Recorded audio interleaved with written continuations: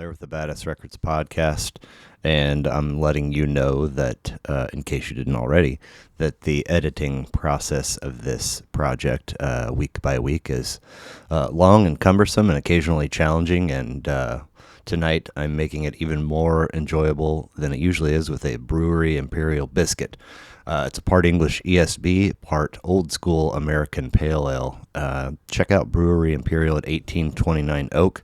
Find them online at breweryimperial.com.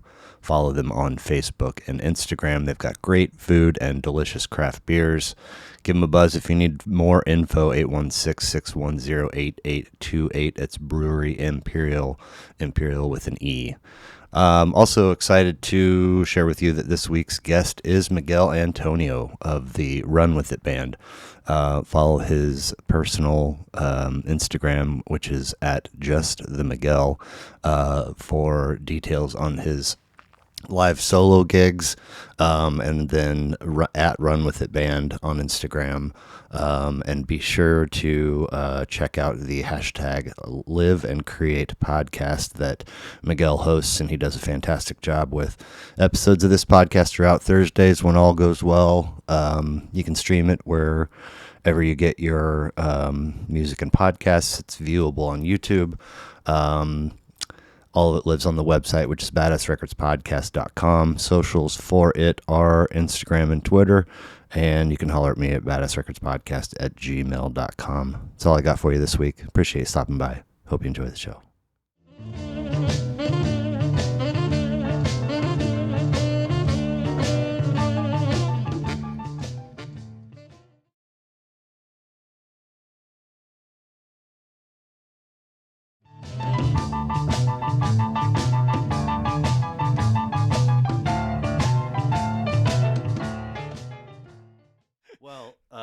Thank you so much for being here. I think this will wind up being episode 174. That's pretty awesome too, by the way. Thanks. That's really huge. My podcast, we're at 173. I right saw now. that. I was like, get out of here. And so to see someone else like doing that, I know what that takes, and it's not easy. So kudos to you, man. Thanks. That's you. huge. So the marker's there as a reminder for us to have you sign the wall when we're done. Okay, and I'll get that out of the shot. Oh, it's fine. But yeah, I had a good streak of not missing a week. I missed a couple this spring, but I just over 3 years running without missing a week, and I'm knock on wood back on the train with keeping that alive. I've just been all over the place with what my backlog looks like. Mm-hmm. Like a good stretch of 2024, I had like 8 weeks. Yeah. 11 weeks. So it's like, this is going to come out in 3 months. I've been there. And then it's like, the other end of it is I got to turn around and get this out next week. And the cutting between the cameras in the editing part of that's the huge it is moose on, get that off. And then it's like, okay, now I got to do bells and whistles and this, that, and the other thing, and uploads and blah, blah, blah. But it's,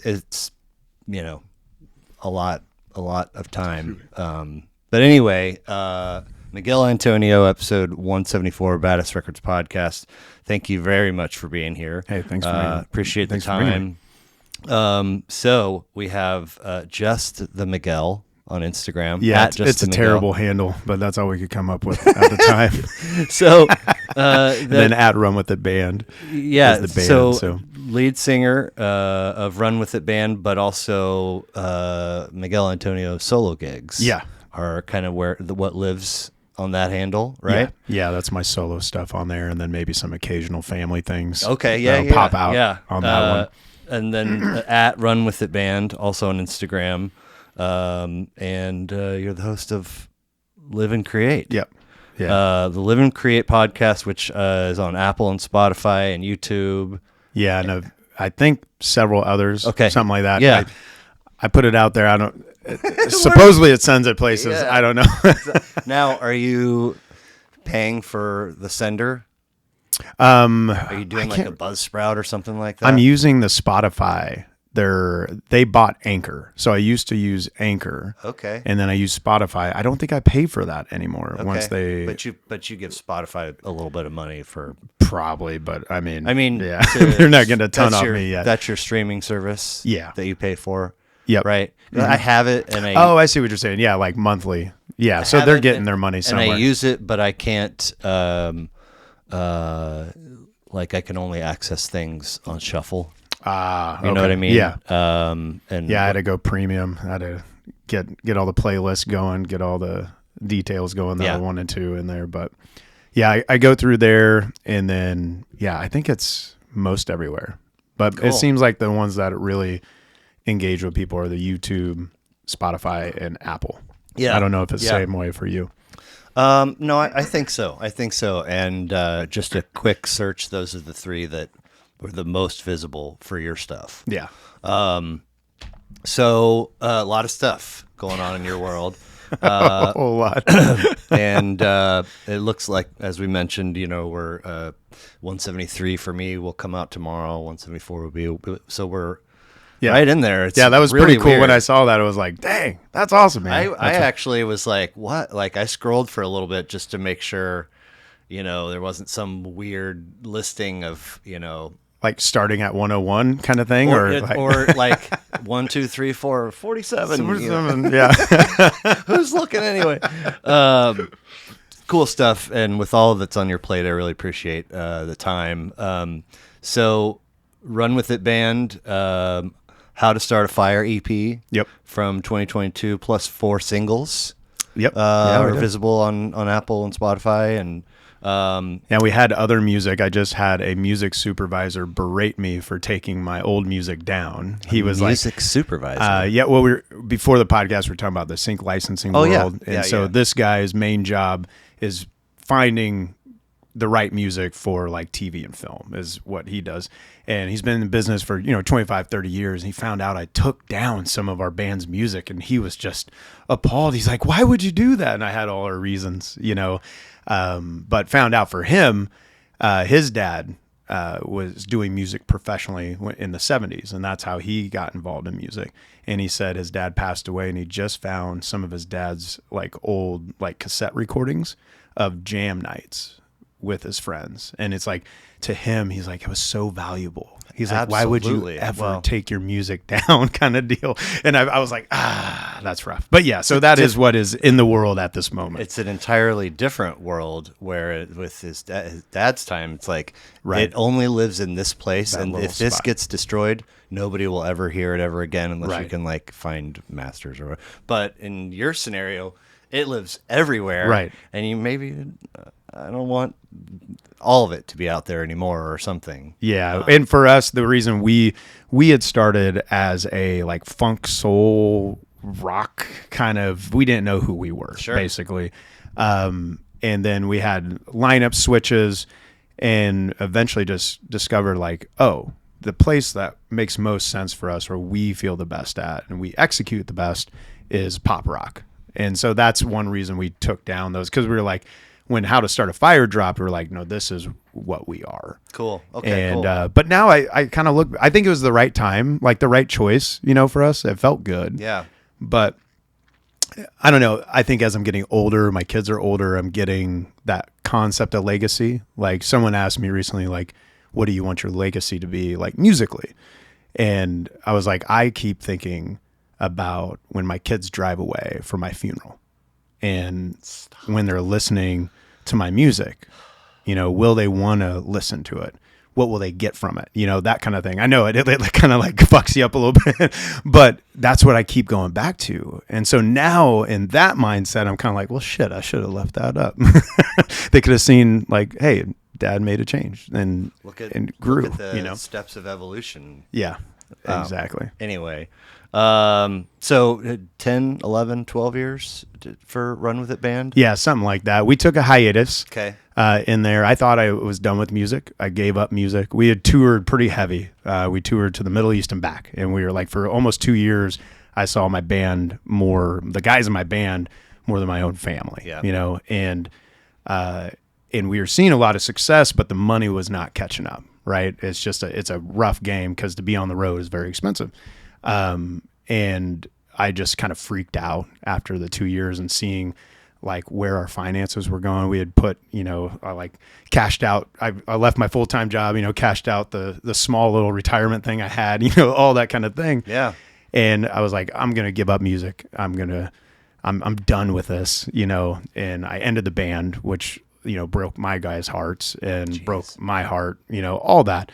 But after about a year or two, I realized I couldn't like leave me. I couldn't quit music. Like it just kept dragging me back in. So you did the old Blues Brothers. We're getting the band back together. And everybody was like, cool. Well, and now it was complicated. So at first I tried to come back as a solo artist. That's where the whole Miguel Antonio thing started. And then I did one solo tour, and it was like a 2.5 week, like went to Texas, West Coast, Northwest, all the way back. And it sucked so bad. Like I was in a Ford Fiesta by myself with like my merch and my guitar. And I was just like, I feel bad for some of the people when I probably showed up, because I probably was just like talk their ears off, because I'm an extremely extroverted human being. That's kind of how I recharge. And it was brutal. Like those drives, I'm like, I don't want to tour like this. And then it started wrestling through. And as I cut the first 2 singles after How to Start a Fire, It's Not Over and At Least You Tried, those 2 songs, I was actually recording as a solo artist with a producer here in town. And that's when I kind of got the idea, is like, what if we just release this, as a band? And unfortunately, it was only my drummer that came back after all that. Okay. It just timing for a lot of different things didn't work out. Yeah. But then from there, that's where we added. Basically, we're like, hey, we're going to do this. We're going to figure out how to do it right and figure out how to make it sustainable. And then we were like, let's just make it the band we always wanted to make it. And so that's where we added like a keyboardist. And so we have a keyboardist now, backup vocalist, lead guitarist, where I was the main guitarist. I'm terrible at guitar. I'm not great. I'm good at rhythm. I can hold it down, but the differentiating between a rhythm guitarist and a lead guitarist is not the same as saying terrible versus great. That's how I feel, though. But it's a different skill set. That's what my wife keeps telling me. Okay. She's like, you are. I was like, I mean, I just know so many great guitarists, where I look at my guitar, one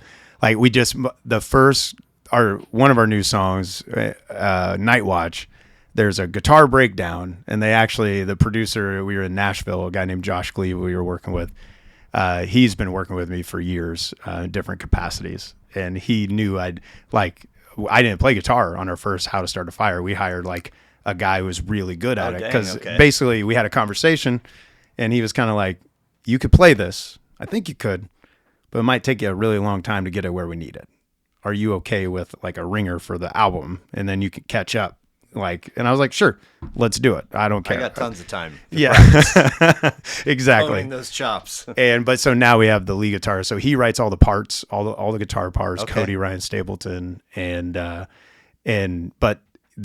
him and Cody, Josh and Cody were in the studio, and they yelled, they're like, Miguel, you got to play this part, because I had originally wrote the song with this guitar riff that was in it. And they're like, for some reason, we can't get it the way you did it. So it's like, we kind of need you to play a subpar guitar in this part. So I was like, I finally made it on that album, my own album. Nice. Okay. So, you just mentioned, Cody Ryan. Yeah, Stapleton. He's Cody our Ryan lead guitarist. Stapleton. Okay, and who else is in the? Then we have on keys, we added, it's Paul Size. Okay. And he tours a ton on his own. He has his own band called Song Wheels that he fronts. He does dueling piano. Like, he's all over the place. Cool. And just extremely talented. He plays guitar in the band, and then has a synth as well. Okay. And then we have Matt Muckenthaler. He's our bass player. Okay. And he's become our band tech. So wow.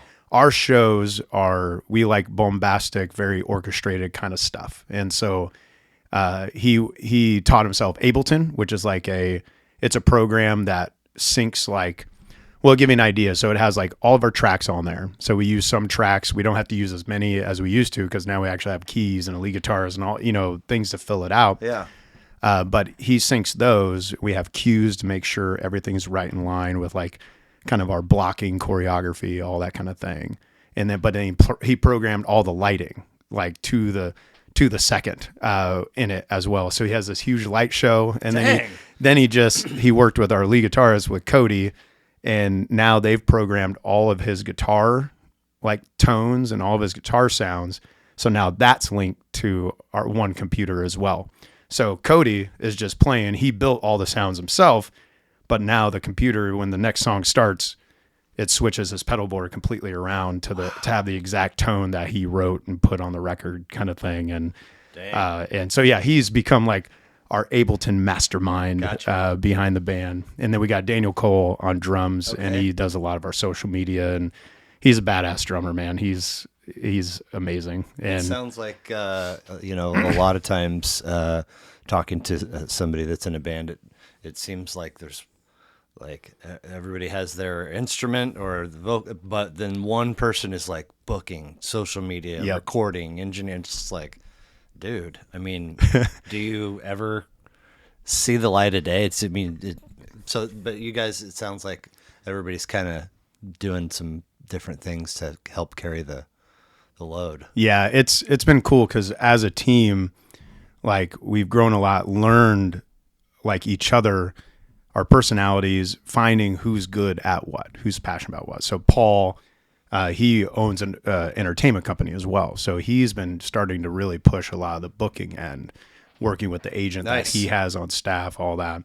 Then our guitarist is also really good into like editing, mixing, and that kind of stuff. So he's starting to mix. We're becoming self-produced. We're like in this middle ground now. And so he's been like editing all of our drum tracks, where we recorded we have 8 new songs coming out here soon. We're going to start dropping them. But we recorded all the drum tracks. Eventually all be part of an LP, or? I think we're just going to go singles right now. Okay. And maybe we'll in the back end put them together, because they are kind of like a snapshot of time. It's our first 8 songs our first 2 singles we wrote collectively is Night Watch and Ghost Like You. Because before, I used to write everything, take it to the producer. He'd kind of fill it out, and then everybody kind of play their parts for the most part. I mean, there's a little bit of input, but that wasn't the thing. I was the writer kind of deal. Okay. Where we decidedly, once we got this group and we found this trust with each other, we're like, you know what? Let's write completely collaboratively. That's a tough word. And so that's where Night Watch and Ghost Like You came out. But I think these next 8 songs are us finally saying, like, those other 2 were us trying to figure it out, where these next 8 were like, okay, I think we know everybody's roles in this. And so, the business end is kind of growing in that as well, which is cool. So we got guitar, bass, drums, and then keys. And did you say a backing vocalist too? Yeah, so Paul plays keys and does backup singing cool. as well. Cool. And then Cody, I think he'll be doing some harmonies here soon. We keep working on with that. Name, origin story for Run With It band. It's a terrible story. We need to work on writing a better story. Like, it literally was just like a text thread where someone said, hey, we went back and forth on a bunch of names. And finally someone, that's what I sent out like a handful of names. I said, we're going to pick one and we're just going to run with it. And someone said in the text thread, why not that? I was like, why not what? Run with it. And then here we are with Run With It. There's some value to a story that is super simple and rooted in a very, very mundane part of what we're doing in life. Right. Like this, run with it. Yep. So, I mean, and in some ways it's probably good, because some of our songs get very melodramatic. Okay. So maybe having our name not have to like have all this like deep meaning in it. I don't know. So you've got 8 tracks that are ready-ish to be dropped. The 8 tracks have all the live drums recorded. Okay. So we set up a full room at a place called the Firehouse. It's like a rehearsal space kind of thing. That's part, my keyboardist, it's part of his entertainment company. Oh, yeah, we got to go in there, set it up, and we got those going. And then now I just got word from the guys, there's like a few parts they need to tweak in there, but it's Daniel and Cody who are working on that. And then we start laying guitar tracks Okay. and bass and going in. My hope in my best, like, preferred world, it'd be like middle August, if not late August, to drop that The first one? Yeah. Okay. I mean, that seems aggressive the way It things feels aggressive, even as I say it. but you got to have a goal, Right. Or work towards something. So that'll keep you busy for the bulk of the summer. Are there live gigs scheduled too? Yeah, we're playing Overland Park, July 4th. Okay. We're going to be doing their, it's not Freedom Fest. I can't remember the name actually right now, but it's all of it's up on our website for anyone's listening. I'm glad you said that. Runwithitband.net? Yep. Okay. I went there and there was booking and contact. I didn't see a whole lot else more, so I didn't know if that was a thing that got started and then... basically there's a booking tab and then a tab to our link tree, because I'm like, I don't think people use websites much anymore, was kind of thing. But yeah, so yeah, it takes, if you go to that other part, it'll take you to like our shows. It'll take you to like all of our social media, because that's kind of where we live, is TikTok and Instagram and that kind of thing. So getting this, leading up to the idea of doing this, I was consuming 3, 4, 5 podcasts a week pretty religiously, watching them. Right. Not, I'm doing something. Like, I can't just, I don't sit and watch television or anything. You have it on as like kind of the noise in the background in a way, I'm listening. Yeah. I'm paying attention, but I can't like not tend to other things and just watch shit. I got anyway. Folding laundry is a great one. That's true. So. Your mom's house, Tom Segura and Christina Pajitsky. Yeah, I see a lot of their clips. They would have Squarespace ads. I mean, they still have plenty of advertisers and so on and so forth. And maybe it's just they give them the verbiage and they read it. Right. And they pluck it into conversation, and the tone is always, if you're doing anything business-wise in the world without a website, you're an idiot. Right. So that was like in there. So I could have just, all right, forget about it. I'll have social media and I'll upload to audio and YouTube and that'll be it.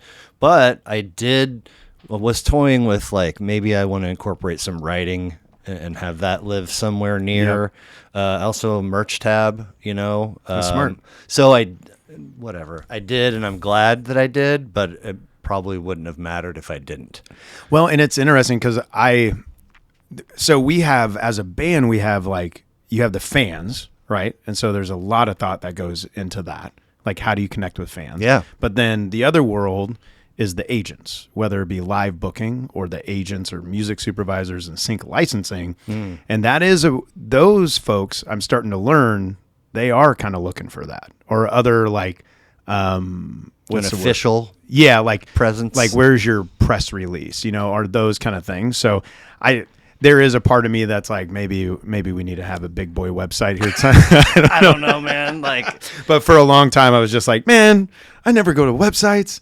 I just always see stuff on, Instagram. Like, I even noticed I don't even click people's links anymore. So like, really? So like, I saw a clip of a band on TikTok, and I was like, I looked in the caption, saw the band name. I went and looked them up on Spotify immediately. Okay. I didn't even go to their, like, I followed them, but I didn't even go like to their page to like click a link. I literally just went right to Spotify. I was like, oh, okay, there they are. Yeah. And I am 1,000%. You're clicking the thing, and it opens the link tree, and whether it's 5 or 17 things, I'll get all the way through and be like, I don't have a website. Just because not because it's right or wrong, just because that's the line of thinking that I came into this with. That's the only reason. Well, and it, like I said, I'm starting to see there are people in official capacities as a band. I imagine it's probably the same thing for a podcast, and like press, like people who are. So I have found myself going to some people's websites before, like, bringing them on my podcast. Okay. A lot of times I'll start with Instagram, but if I don't feel like I get enough from that, I'll go Yeah. like to try to find a website Yeah. or an article. Maybe someone did an interview with them, that kind of thing. So Now that we're talking about it, and this was friends and family and past restaurant industry colleagues out of the gate, Yeah. and it kind of spilled into musicians, and I've had photographers and professors and venue owners and so on and so forth, but most of it, for a long time now, when I open that door, I've never met you before. yeah. Right. So when the correspondence piece, I reach out to somebody, some people never reply ever, and that's fine. Right. Some people kind of engage and then vanish, and then some people just engage. Yeah. And almost exclusively the people that do are like, can you send me a link? And I do use the website in that scenario because I don't want to go YouTube because maybe they don't want to watch, maybe they want to listen. Right. I don't want to go Apple in their Spotify. That's and true. vice versa. We've gotten that on So- Snapchat where people will be like, bro, like, do you have an Apple link? And I'm like, bro, yes, here you go. You ever heard of Google, bro? So To give them options, though. yeah, As well, yes, and I don't know, it's whatever. But runwithitband.net. Yep. That came up because we were. Talking about how. That's one thing I like about your podcast. It's like it does flow, and those are my favorite kind of podcasts. Who's the bigger tangent creator, and who's better at getting us back on Right, track? we'll see. We'll find out. But so working on the studio details to get that first single dropped in maybe August, plus a 4th of July gig. Oh yeah, 4th of July. Then we're playing. It's a music in the park. Yeah. It's through Art in the Loop is part of that as Yeah. well. So we're doing that July 10th. Okay. Here in the city, and then we have a big show in Lee Summit. We're playing there, the Green Street. They're having some big grand opening of like a huge project for Lee Summit. Cool. And so we're part of that with Twice on Sunday.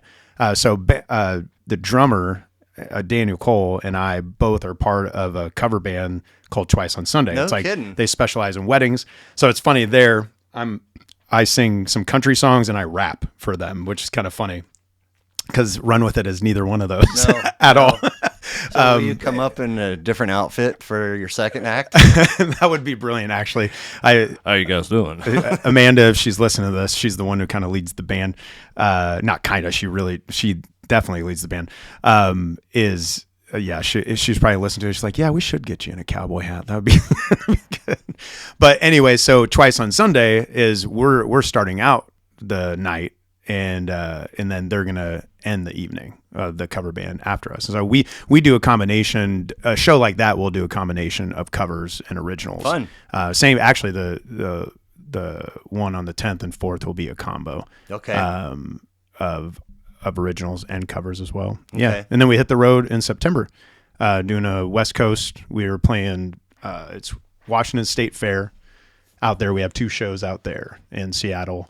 And then we're just building a tour right now. So we got our first date September 15th in Minneapolis, I believe, at a place called Pillar. It's a club up there. And then we're just building that and finally getting back on the road. So nice. It's a good feeling. Nice. Interesting that you, in talking about the solo tour, are you familiar with Bob Walkenhorst? And I'm not. He did episode 139. He still solo gigs at Mike Kelly's Westsider in Westport, 2 Wednesdays a month.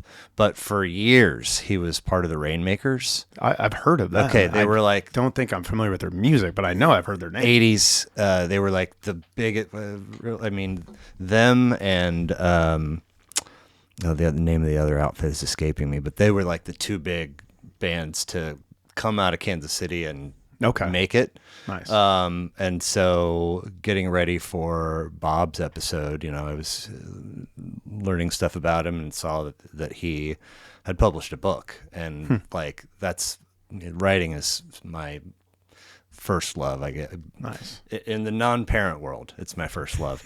And so I was excited to see that and learn a little bit about it. But when he showed up, he had a copy of it. So then I was like double jazzed. Yeah. And I was like, so when's book 2 coming out? And he was like, never. And I was like, what? And he goes, it is such a lonely journey. Yeah. And I was like, It seems like it. and so you said you're That tour. talking to people when you have like, hey, how's it going? I don't know you, but let's have a 2-hour conversation. That's why I started a podcast. Like, let's just go. So before you got the band back together and the current line, you said that's when you started the Miguel Antonio. Yeah. So, but you still do some of that, no? I actually do. That's probably the bulk of what I'm doing as far as performing live. I thought so. The bulk of what I'm doing as far as writing and recording is run with it. But the bulk of my live performing right now is solo, just because I'm full-time music. And it's like, I describe my solo career now as like a mercenary, where it's like, how much money you got? Let's go. You know, where the band were more like, their money is definitely a big factor for us, just because it's kind of like oxygen to keep your thing moving forward. Yeah. But it's a little more curated. Like, we're trying to make sure it's the right show for what we do, and we're in the right place for what we're trying to do for our career and what we're trying to build with our original music. Yeah. But yeah, the solo thing, I'm like I have a private event, you know, Friday night at a country club. The 4th of July, I'll be playing with the band on July 4th that night. So that's kind of like our big thing, the big show. And the next day I'm at like a distillery in the afternoon, and then I'll be at a winery at nighttime. And the next day I think I'm at like another winery or something, you know, just hustling, doing that thing. So, you know, I've spent some time with musicians talking about, like, basically indirectly asking them to teach me like the difference between mixing and mastering and engineering and producing and all these kinds of things. You're gonna get me to nerd out here. Well, I don't necessarily want to go down those lanes, but I did wonder if on my side of the table, in my non-artist brain, I have the world of music broken down into 5 categories. Okay. And for the artists. And so you've got writing, recording, practicing and rehearsing, gigging, and promoting. Yeah. And so solo Miguel Antonio gigs versus solo Miguel Antonio world versus Run With It band world. How different are those 5 elements in the 2 camps? Does it vary across each category, or is there some uniformity? Yeah, I think in that regard, I'm heavy performing. For the solo stuff, like just real facts, I don't really practice for that. It's like I do like 3-4 hours of music that I can it's fully memorized. I know every note. I've played it, you know, like 2 weeks ago I had five shows that week, you know, that kind of thing of just, so, and it's not a thing of, at least I hope it's not a thing like arrogance. It's just like, I just know, like, I know how to walk in and do that show. Yeah. All the practicing, all the prep is for the band itself. Because for the band, so like with the solo piece, you're there to kind of read the crowd and like go with the crowd with that. I feel like with Run With It, we're trying to take them on a journey. Sure. Yeah. And this so is we're the thing. Yeah. So we're crafting, like for us, we spend a ton of time just crafting the transition from one song to the next. What are we going to talk about? Where are you going to be standing? Why are you standing there? What are we going to do here? Like that kind of thing. So we literally, like, I'll be sending out what we have. It's a tech writer, and then I have our set list, and it's down to the second for Run With It. And like, we know like 639.28. This is what's going to happen. Okay. A large part because of the work I explained our bass player Matt has put into it. Oh yeah, of course, right? Yes, but synced with lights and because the pedals all of it, and and that's I think all of our desires in our band is for us to take people on a journey and like create like a really, really powerful, impactful experience. Cool. Now the band itself, we do have like a party band set. So we have been hired for like weddings, those kind of things. Like if people are paying, like we'll go do that. Yeah. Not against it, but it's so like for 4th of July, like we have a thing where it's like the music actually starts before we even get on stage. It's like this intro thing that kind of sets the tone and ideally that sounds fun. Bringing people into it. And then everybody starts coming up on stage and bringing them in. And then there's different ways for each band member to engage with the crowd and bring them into the story and tell them the story of in a way my story, but then also which has become kind of the band story, the story of resilience, a story of impact, that kind of thing. So that makes me think of two things, and across this many episodes I repeat myself a lot. I feel you. But it's I have some friends who they'll listen to it like all the time, and they're like, "Dude, you talk about that one thing all the time." It's like, it's always what I talk about. It's always new for you, though, right? So the first is the Alice in Chains MTV Unplugged performance, and it opens with Nutshell. And I haven't seen that one. Oh my God! Full disclosure, but it just if Nutshell is maybe 4 minutes. Yeah, you don't have to go.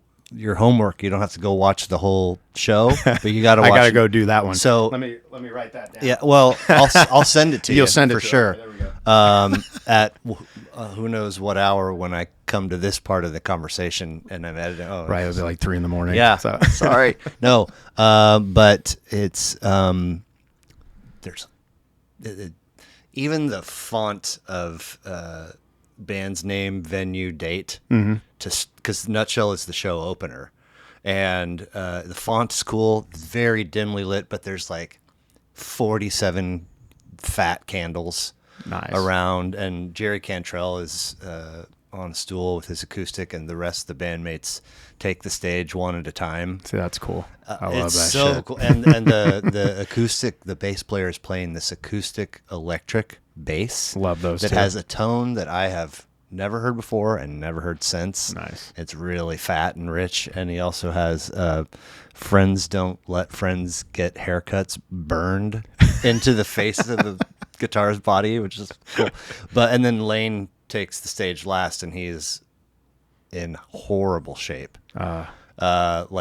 Supposedly they gave him some drugs to counter the withdrawal from the preferred just drugs. to get him through. And he's purple hair and sunglasses. It's dark in that room. Right. And he's like, he looks like he's been sweating pretty profusely, but and the crowd goes nuts. He walks up and sits, and he's in that chair for like 3/4 of a second before that first note comes out, and he crushes it. Right. Anyway, it's very, very beautiful. The other is Ozomatli, Peruvian, LA based, 90 in the late 90s. I can see the name, what you're Ozo. Yeah.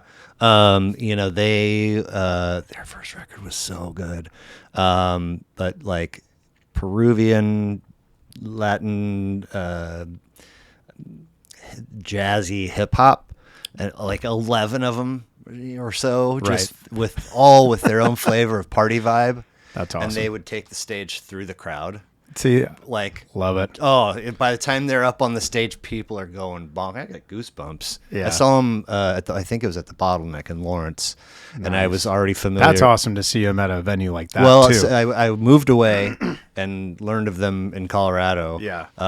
And had albums 1 and 2, and then moved back to KC, and it's like, I'm not making that show. Yeah. Right. And that venue would be like, because you just boom. And I'd heard, I was there. like, this is like the internet is still in its infancy, and it's like I'd heard that they take the stage through the crowd, but like in the moment, I wasn't really like looking for it, but all of a sudden, you're like, oh shit, chaos. Hey, what's up? Yeah, here they came through. Anyway, when there's an iteration of our band where our drummer would start on stage by himself with a tom, and then bass player, he would come up. He also played keys, and then his name is Ben Byard.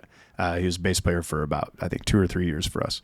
And he'd start playing piano, like a delayed piano. And then I would come up from either behind the stage or through the crowd, depending on the venue where we were. Right. But that's the kind of stuff I love. And like, even hearing you talk about it, it's like, that is like, each thing has its function, like exactly. Twice on Sunday, who we're part of, it's like, we're there to throw a party, and it's an experience, but I think as far as like an original band, typically you're trying to create those moments, where it's almost like, like if I showed up to the Twice on Sunday, like completely whacked out, and like you described, they had to like pump drugs in me to get me on stage, people would be like, what?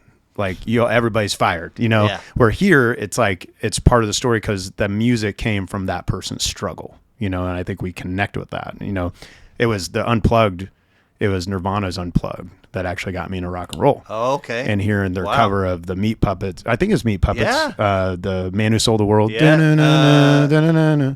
Or is that That's Bowie? Bowie? Okay. But there is a Meat Puppets cover in that set. Maybe I'm confused, but it was Man Who Sold the World. Yeah. It was that, and I was like, "What is this?" Because I only listened to basically rap, like gangster rap. I still am a heavy rap fan, but like I never was into rock music until I heard that. Okay. I was like, "What is this shit?" So good. Yeah. And, well, and Nutshell is Jerry wrote it about his friend Lane's like struggle drifting in the direction of this is gonna last. Yeah. He's so it's I mean it's a whole other wrinkle to the element that is the energy of that song. It's wild. Yeah, and I think it's what makes it some ways powerful. It's sad too when you look at the artists. Yeah. Often like Wish You Were Here is probably one of my all-time favorite songs, but they wrote that when I can't remember what was the name of Sid Barrett? Yeah, Sid Barrett. Yeah. Like apparently he had walked in the studio, they hadn't seen him in months. And he just showed up. Is that correct? Years. Okay. Years. Okay, so So like Piper at the Gates of Dawn and Saucerful of Secrets were 68, 69. Uh-huh. I'm That's it. taking your word That's for it. That's it. And he's gone after those two. Wow. And David Gilmour is in for the rest. And he is the dude. He is and Wish You Were Here is like 76. Yeah. I don't think they had seen him since his departure from or very close to his departure from the band. And supposedly, like his eyebrows were shaved off, which wow, so you really know this one. I didn't know all those details on that. That's good. This is going back to like they're like, dude's fucked up. It's like, I don't know. You know, classic FM radio, classic rock land was where I lived for a good little bit as a young person, and now I have to know everything about Pink Floyd. I mean, I still have like whatever. Oh, that's awesome. And so, but in The Wall, if you've ever seen the movie, I don't think I have. It's super disturbing. Yeah, I think I've seen clips. Iconic, but super disturbing. And the character Pink shaves his. I mean, anyway. But I need to watch it now. It's kind of sad I haven't because of how much I love David Gilmour and Wish You Were and the song Wish You Were Here specifically. But well, I mean, are you familiar with the album The Wall? Yes. Yeah, okay. Yeah. Like, I mean, so much incredibly varied. Mm-hmm. Beautiful music it's a double album, right? Yeah. From beginning to end, and then you watch the movie and it like the contrast 6 dimensions open up because what you picture when you just listen is unique to you sort of, and then here's the thing that goes with it. It's like, ugh, I like this version. Like, why'd you do that to me? I mean, but it's a fascinating watch. Mm-hmm. And Pink is, he's the star of this band, and they are like comfortably, they're juicing him up to go get out there and perform. And wow. Anyway, but totally deviated from. Yeah, I derailed us. I think no. It's all good stuff to me. And I'm going to take the hoodie off. I mean, who wears a hoodie in June anyway, right? No judgment, man. You know, it's like the most comfortable hoodie, though. I bet. I am. I don't like the summer, the heat. So when it's stocking cap and hoodie weather, that's your time. I'm comfy. Yeah, fall and spring are great. I love summer though. I just hate winter. Okay. I'm not a winter fan. I'm like, bring it on. Yeah. Like I got all the layers necessary, but when it's like this, like I can't seem to control my body temperature because I'm just hot, perpetually uncomfortable until like 10:30. Gotcha. At night, and then it's like, all right, well, my room. Now my only goal is to make sure that my room is chilly enough to be comfortable. Anyway, doesn't matter. But right. So you used to do all the Run With It band writing, and now Correct. It's more of a. But you're also doing some originals in the Miguel Antonio solo. Yeah, so that's shifting a bit. I was sharing, as I shared before the podcast, back in November, I decided like we really need to go into sync licensing. We need to figure out, Right. And for anyone listening, if they're not familiar, if you listen to the last podcast or 172, right? Was the one? Yeah. GFM Recording Studios. Yeah, they talked a bit about that. With Brian and Nick, I Yeah. believe. Yeah. But yeah, so dove headfirst into the world, which basically meant I disappeared into my studio until our vacation, my family vacation in June. Like it's basically what it was, and learning a whole new aspect of the business, and getting the band into it. And we finally got signed to our first like sync rep, as I shared with you. But as I've been building relationships and networking in the world, realized there's this whole other huge opportunity for me personally, where producers are just wanting my vocal. They just want me to write and sing over their tracks because they're great at the producing part, which is I'm learning the producing, the mixing and mastering. But yeah, I think over the next year, like my own writing is going to shift more towards that of just basically pulling these producers. They have like vaults basically of hundreds of tracks. And it's like, if something inspires you, grab it. You write, I would write it, record my vocals, kind of mix it down a bit for them, tune it up, all those little things. Yeah. Send it to them. They fully mix and master it. And then we put it out like to the libraries they're part of and the libraries I'm part of, with the idea. And I can release that on my own as well, because we all still own the rights. I would own 50%. They would own 50%. Savvy. And boom. And then maybe it gets picked up in the movies too. So, Sure. Yeah. So that's kind of exciting for me, where it's like this whole other outlet that's way less pressure in the sense of all I have to do is the vocal, where like with the band, I'm like kind of managing the band. I'm helping write, but I'm also producing, and I'm also mixing, and I'm also, all promoting. Now, again, I love writing, but I'm not obsessed necessarily with lyrics in the bands and the artists that I listen to.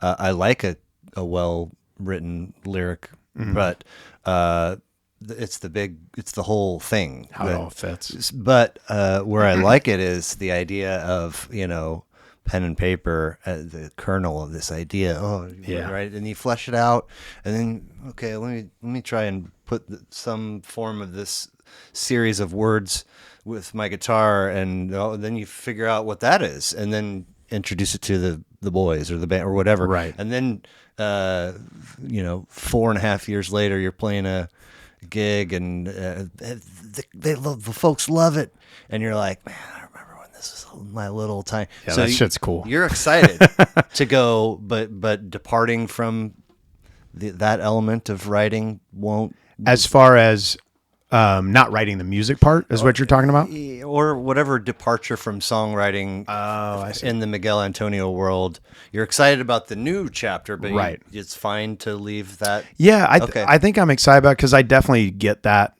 in the band itself, because we're all like guitars in hand, passing the guitar around the living room. Oh, no, cool. It's like this. No, it's like that. Oh, that's okay. Great. Or on the keyboards we work out of Logic or Ableton depending on the day.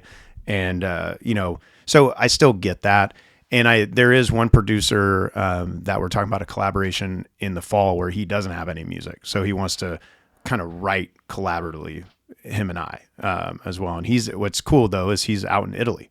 And so we got connected through this Sync Alliance that I'm part of.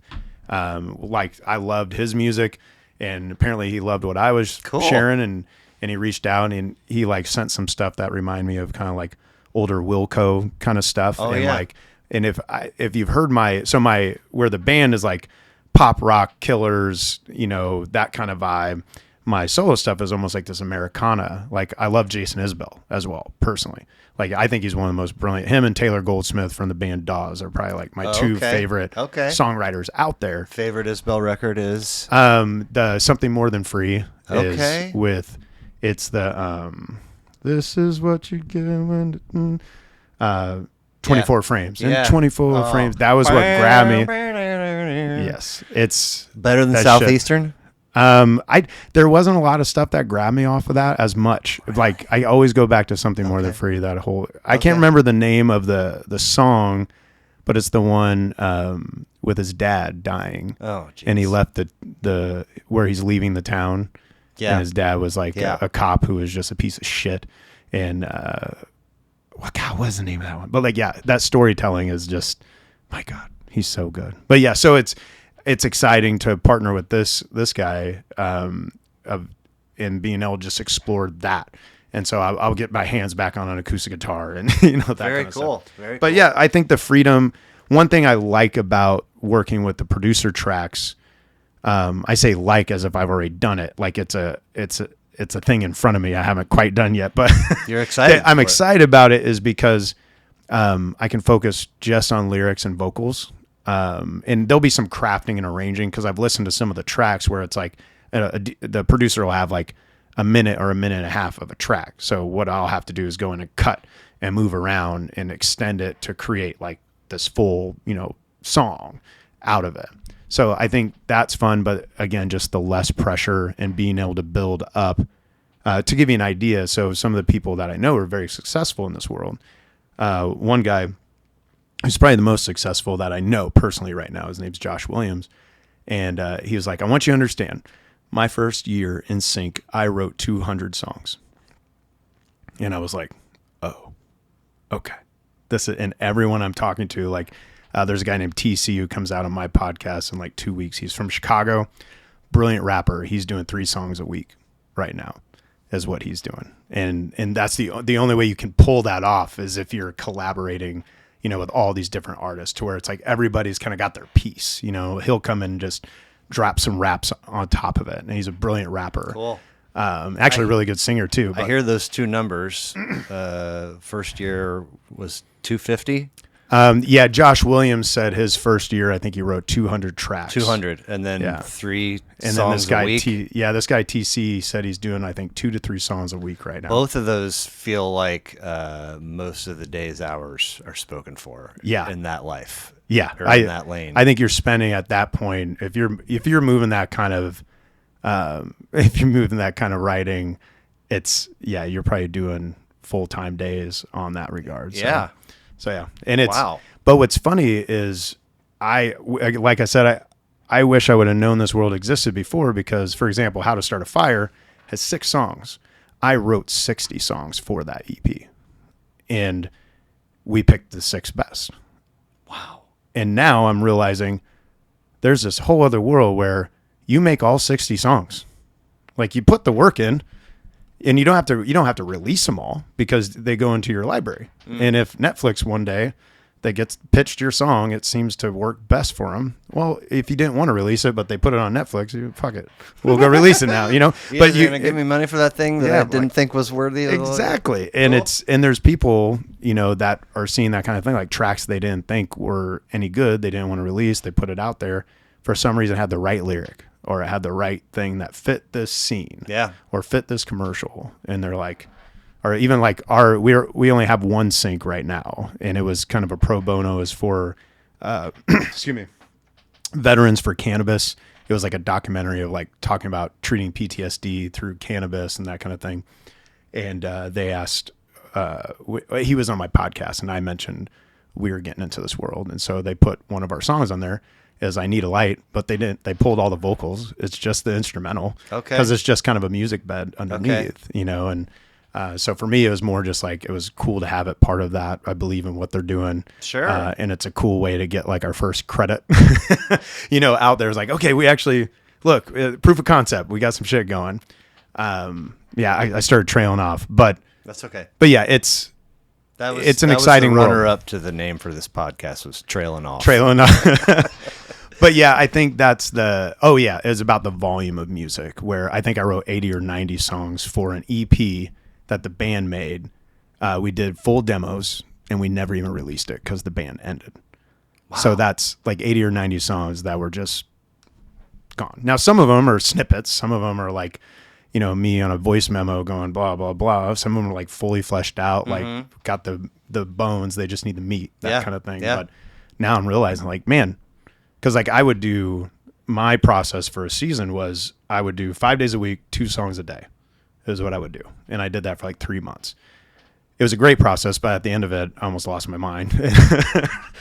Even the producer I was working with at the time, his name's Josh. He's like, bro, because I called him up. I was like, I hate everything. Everything I write is terrible. It's like 3 months straight of this. And he goes, dude, get your kids, take them to the park, and don't touch music. Don't touch anything music for a while. You take a fucking break. Yeah. Well, that's in the, talking to this guy in that band that handles all the stuff and all the mixing and mastering and all that stuff. And the listens, this 19-second, there's something not, and it's a different flavor of concentration. It is. And you have to be geared for it, and you have to be wired to get in there and do it, and you have to step away and come back fresh, or else you'll go crazy trying to what is it? And it gets worse.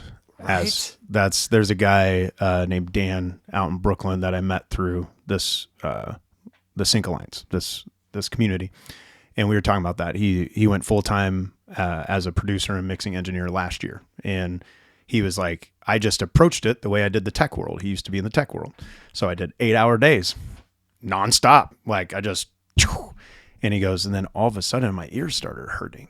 Like, cause he was just kind of piecing it together before, when he was off or in between hanging out with his fiance, an hour here, 2 hours there, kind of doing it.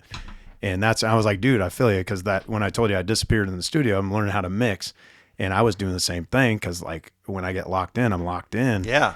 And in my ears, I had to actually go to the doctor. Like I was having ear issues, and partly I think because of live performing with in-ears, and I had to get better in-ears, a lot of other details too, but I'd never experienced that before. And so I can even just tell, like, it's almost like I have this warning system that's like, I feel a slight pain. I'm like, bro, step away. Cause everything, and the reality is it not only hurts, but your ability to hear the frequencies and the clarity you need are gone. So like, just stop. Yeah. Cause it's going to be shit. Yeah. Every element of all of the pieces that make up our anatomy need to recuperate. Exactly. And rest and not have that thing be there for a little bit. Right.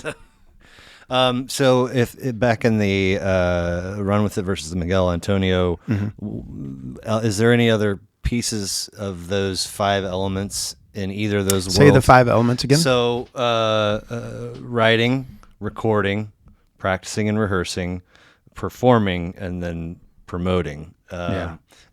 Anything stand out in either of those camps that you? I think the promoting, I think it more as like story. So with the band, with my solo, it's more promoting.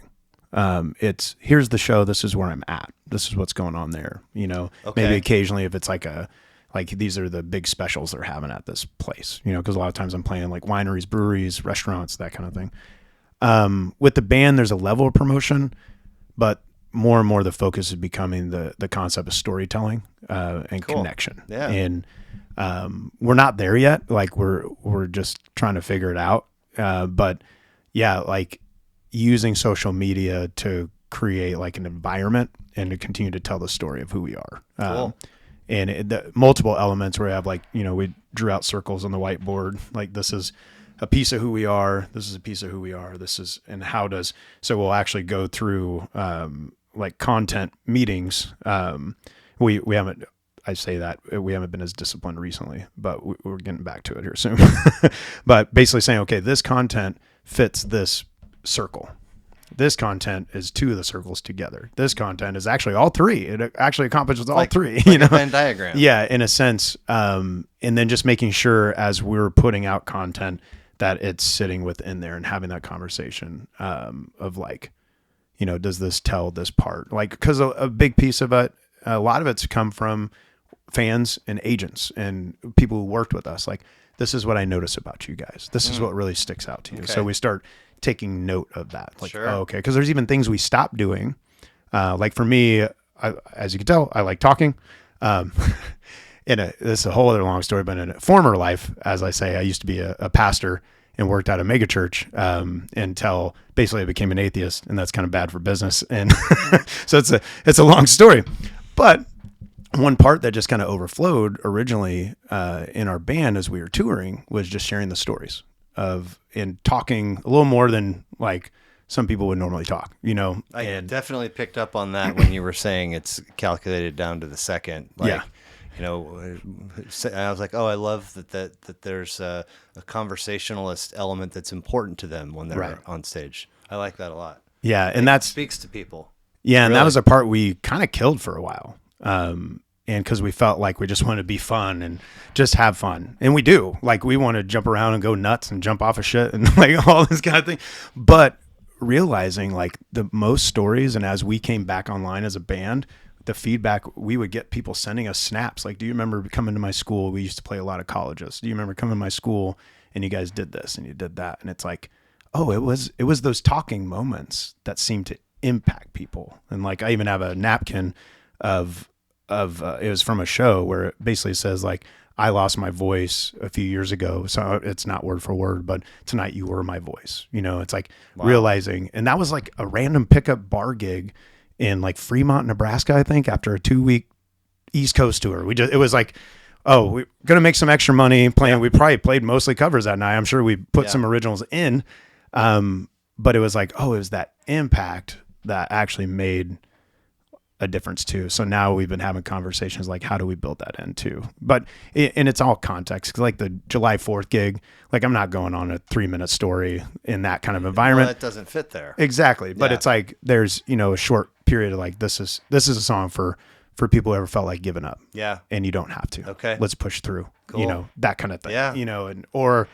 Like so at the state fair thing, I think it's the environment we're in, it might be conducive to that. Like we'll still have to read the crowd and kind of feel it out and fill it out. But yeah, I'm sorry I got off on another tangent. But good. Have you ever listened to the Reverend Horton Heat? I've heard of him. Okay, but I've not listened.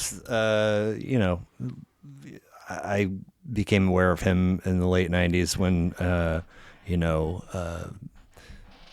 what is it like? I guess swing kind of had that real brief rebirth with Cherry Poppin' Daddies and Zoot Suit Riot. I remember that shit. Everybody in college was swing dancing. Yeah, and all that. And surf rockabilly kind of was right there too. And and he's that, but like with an edge, like a little bit.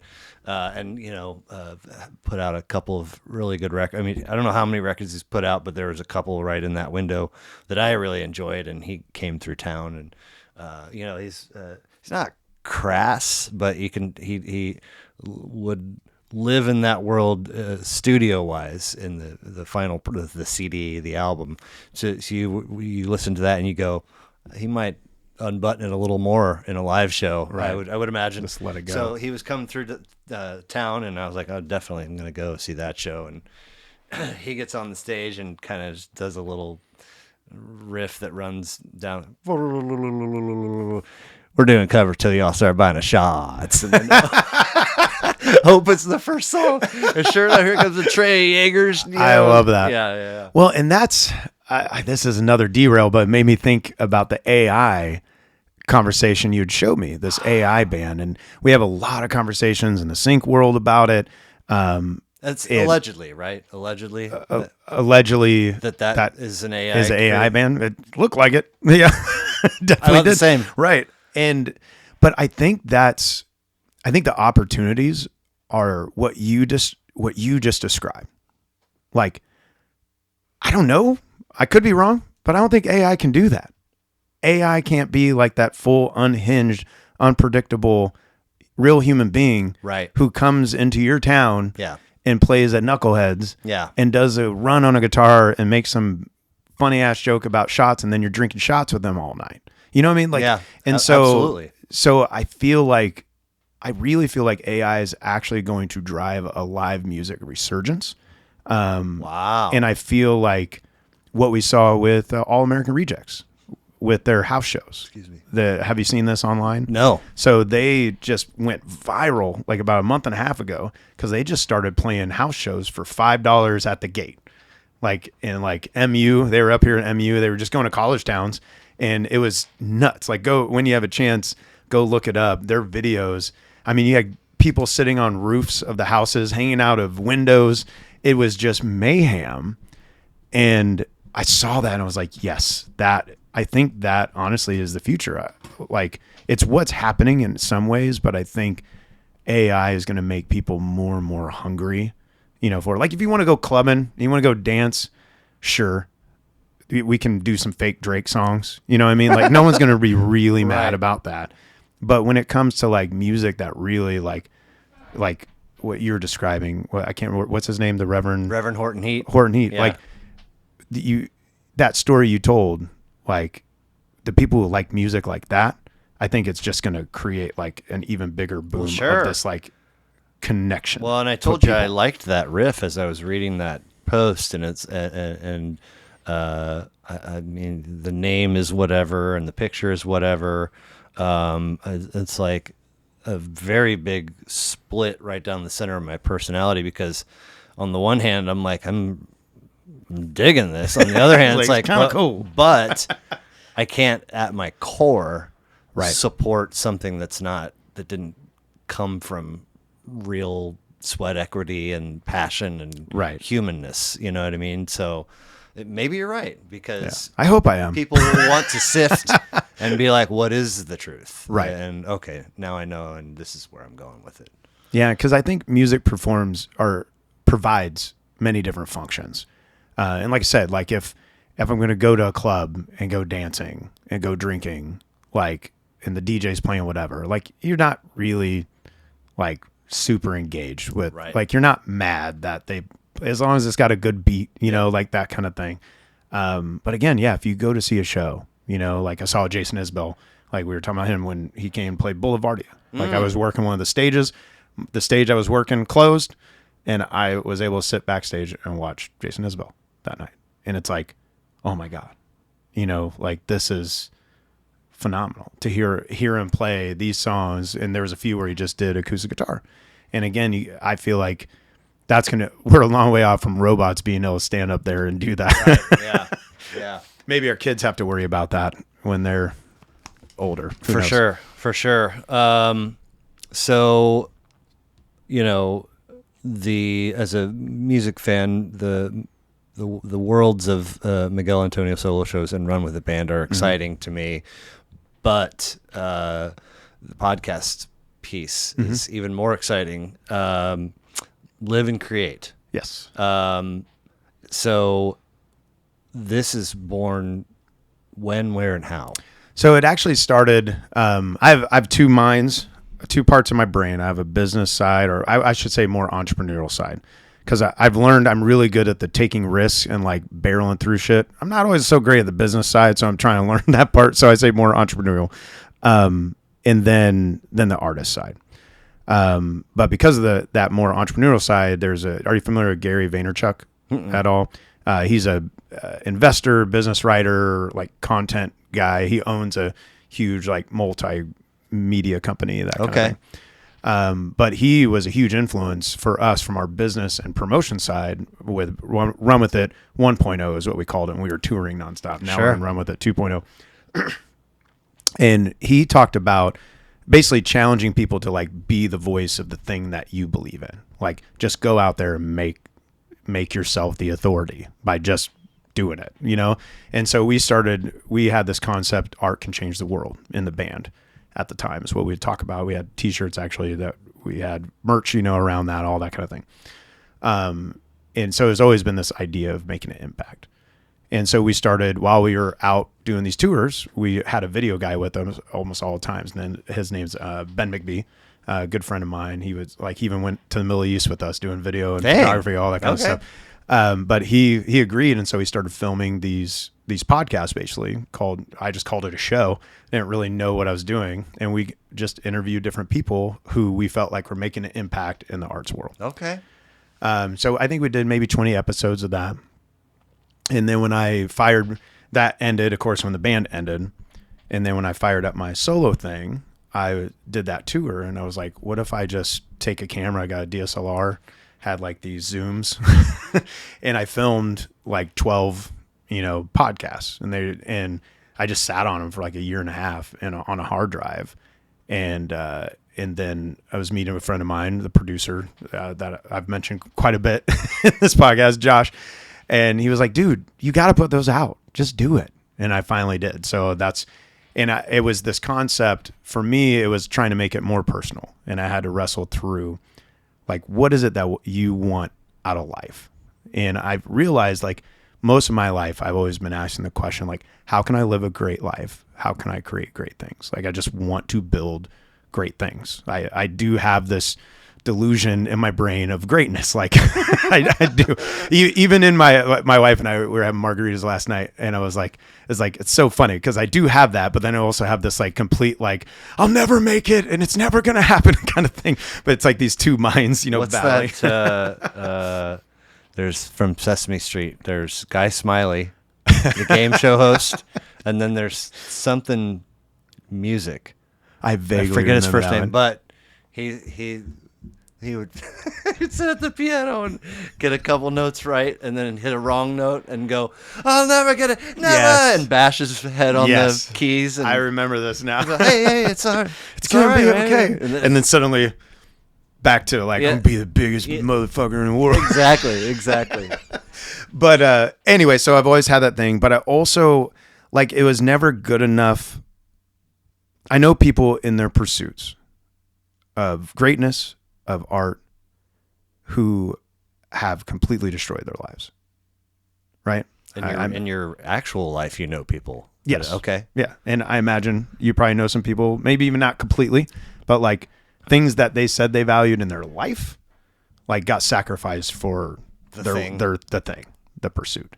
And so there's this weird tension that I live in that, and I've definitely pushed the boundaries on both, like touring for 2 straight years, basically like on and off, but like I was gone a lot. Yeah. And my wife had 4 kids at home. Like, it's like, that's not easy. And there are sacrifices as you pursue something great, but it was like, I wanted to live a great life too.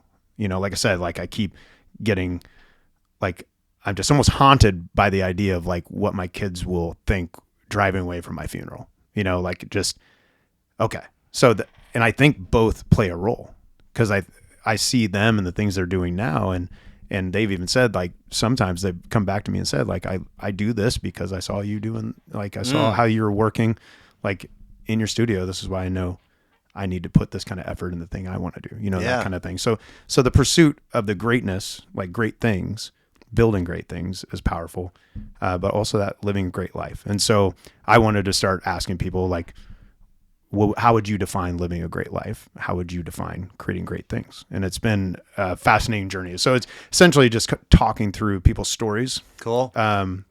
Sometimes it gets really tactical. Like I'll bring some producers on and we're talking like frequencies nerding and out. Yeah. And sometimes it's super heady, philosophical, but then I try to always end with those 2 questions and ask them, just hear their perspectives on what it is. And it's really, and I've had some people, which is funny, who were like guests 2 years ago and then come back, it's like, and ask that same question again, just to, it's curious to see like where there's growth or where they basically say almost the same thing in just a little different words. Cause they're, I think a lot of us, when we look back, we typically have, it's like we tweak but usually you can look back and see that core, like there was that desire. Maybe it looks a little different now, but there was still that desire there. Another Sesame Street reference. Remember the pastry chef? That would always he would vaguely just the scene opens, the real dude, and he's at the top of the staircase. I was envisioning a blue person, so I'm totally not with you. Go ahead. And he would have a full tray of whatever the dessert was, and there was always each episode's brought to you by 2 letters and a number. Today's brought to you by the letter N and the letter K and the number 7. I need to brush up on my Sesame Street. The 1, 2, 3, 4, 5, 6, that animated, so that whatever the number is for that 6, and then a little jazz solo. Yeah. But so whatever the number was, 9 lemon raspberry, and he would take a step and he would fall down the stairs and all the desserts would crash, and it was a 13-second skit. Yeah. But they did it all the time. Mm-hmm. And so where I go is with this, I'm quoting you, obsession about your kids driving away from your funeral, is they'll be super aware of all of the things that you carried on the tray, the Right. relationship with their mom and the father that you were, and the things that you pursued, and the neighbor and the citizen and the human that you were, and how well did you navigate that shit. the balance. Yeah. And it's never, no 2 days are the same. It's not Right. like every day it's 16.7% here and 40.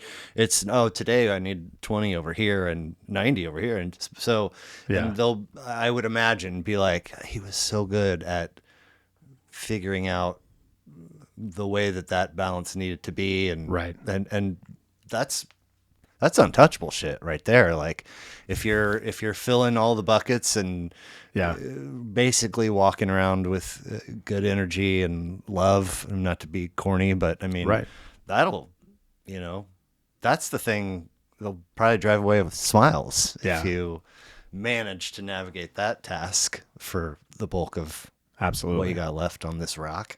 Yeah. And that's definitely the hope, Yeah.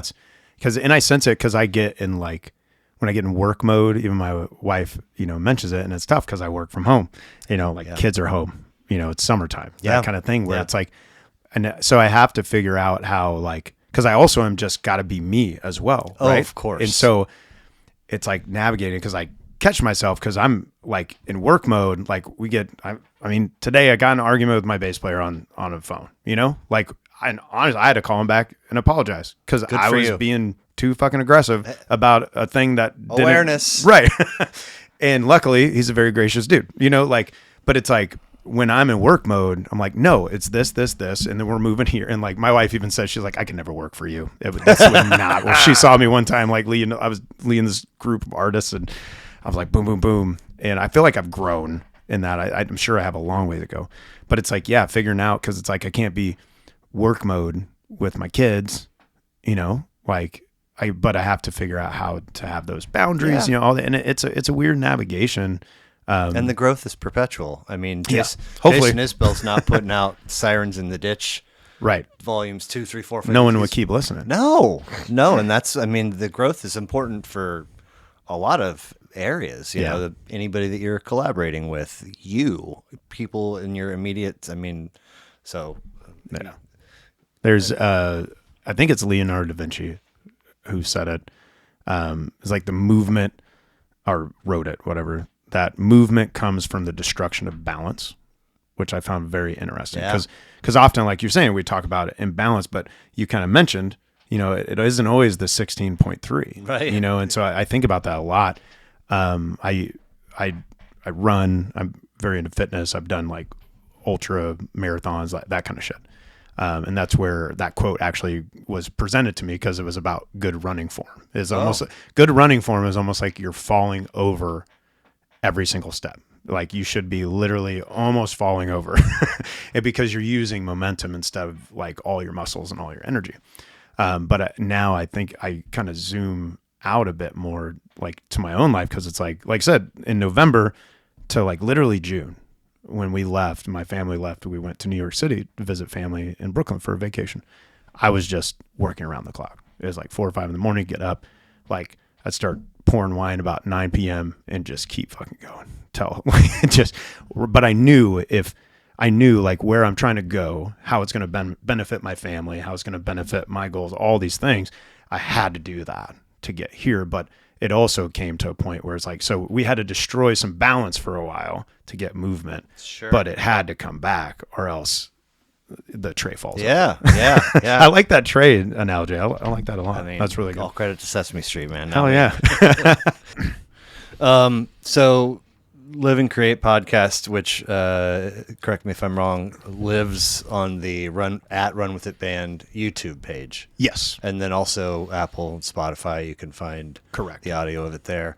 We sort of talked about the origin of it. You record these 12 things and then sit on them, and then somebody says you got to get them out. Yeah. And then I paid my son, my oldest son at the time, I was paying him to learn how to edit video, and then he went and edited it. Because as you know, that's the most time consuming part. Yeah. And what I had was like one shot with two audios that everything needed to be synced, captioned. He was manually captioning out. Excuse me. At the time, we had no idea about what we were doing. He manually captioned all the dialogue, all of it, like going through with like little caption thingies. Holy smokes! Yeah, like if I think it was all of it. Yeah, in there. I just know he spent hours and hours. Yeah. So I was paying him to basically learn how to do it, and then he basically asked after like several. He's like, "Can I not do this anymore?" I was like, "Yeah, that's fine." Since then, I've switched to now back to AI. I use Riverside, and it does all the captioning. It does editing for you. It's insane. Like, wow, what it can do. Okay, yeah. interesting. So yeah, when it comes to the AI conversation, it's so hard because I use it literally every day. I just bought a mixing tool that's an AI mixing tool where it references. So for example, bass guitar and a kick drum sit in the same frequencies. So when you're mixing, they can get in the way. Yeah.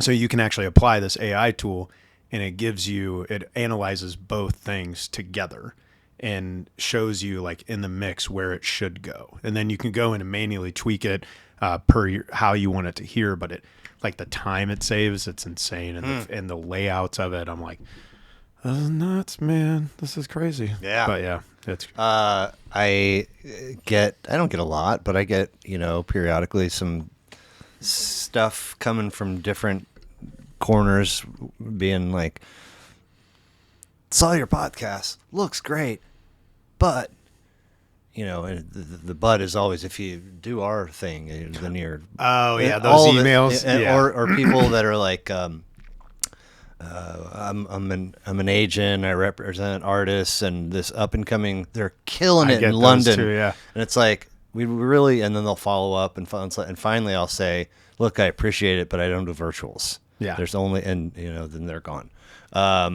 But I have had one such person reach out, and it's like, man, I really liked on episode 155 when you and Kyle were talking about gospel being the next frontier, and I was like, this person actually listened. Yep. And then like a day later, I was like, actually, AI probably just crawled the thing, and they just clipped. Like I was walking around, I was like, I'm reaching, folks. Maybe they did, though. Maybe they did. Yeah, maybe. But I've gotten a couple more since then. Yeah, and it's like, okay, well, it doesn't matter. But so the Live and Create podcast starts that way, but at some point it takes the form of what it looks like today. Yeah. Tell me about your space. So during the pandemic, everything switched to virtual, right? And so that's when I started doing that. At the time I had it was just the basement in the house we're at, and and the boys helped me put up, sound foam and all that. And again, knew nothing, and just foamed out the whole room and found out later that's not what you want to do, but like that's what we did. And in a black curtain, started out with lighting. I mean, I literally would spend 20 hours a week on the podcast at that time. Excuse me. Sometimes 30.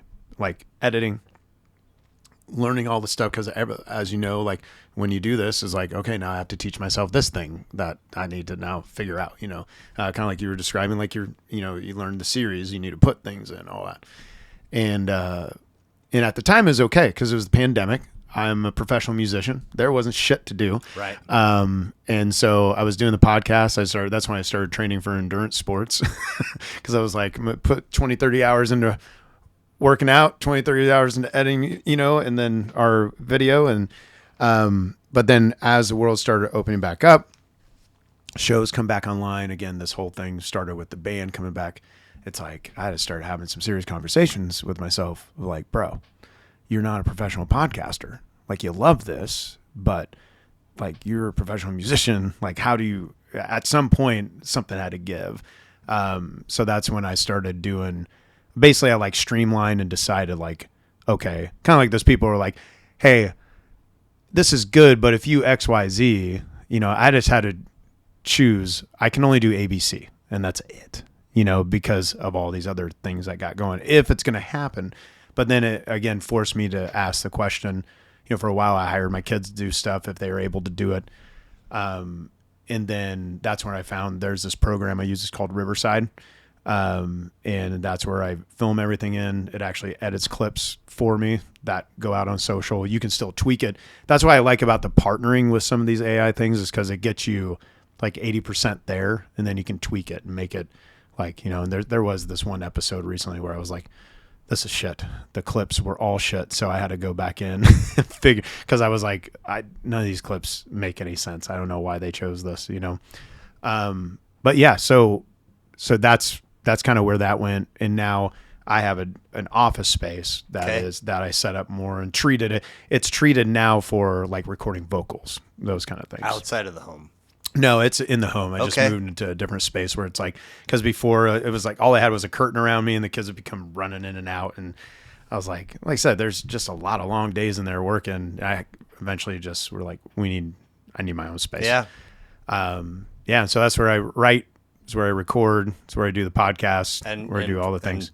Folks are coming to you, right? It's not virtual, is it? No, it is virtual. All virtual. Yeah, all virtual. Okay, well, your final product looks fantastic then. Well, that's good to hear. But I've definitely, because I didn't, when we were first messaging, didn't you say, here's where you can check out my stuff? And I was like, I already saw, that's why I reached out. I definitely went through and watched some clips and so on and so forth. And I was like, well, that's cool to hear that it felt natural, because it's like, it definitely want to get a good feeling, good vibe. It definitely doesn't have that pandemic feel. Mine started with the full-on pandemic feel. They're on the screen and there's like delays, and it just doesn't feel. I mean, you can get past it. Yeah. Right, and it's still quality conversation between people, but it's not. Anyway, when I was like, oh, it looks pretty good. Yeah. So, well, that's cool to hear. Yeah. That you dug it, because for me, my conversation was, okay, this is valuable. It's valuable to me personally. Like, in a lot of ways, very selfishly. Like, I feel inspired almost every time I have connections with these different artists or entrepreneurs, and I get a lot out of it. And some weeks I'm constantly just in my room working and writing and mixing and doing all that kind of shit. And so it's kind of like oh, I get to actually talk to somebody, and somebody who's thinking about the same things I am, those kind of things. Solo dude from the road. Right. Yeah. Like, hey, what's up? Let's go. But the other part of it too is, I think, they say like networking is one of the most powerful things. And I was like, okay, this is an interesting way to network, because I think networking gets a bad rep because you get the people who walk into a room and just hand out cards, right? Hey, I do this thing. Look how cool I am. Check me out.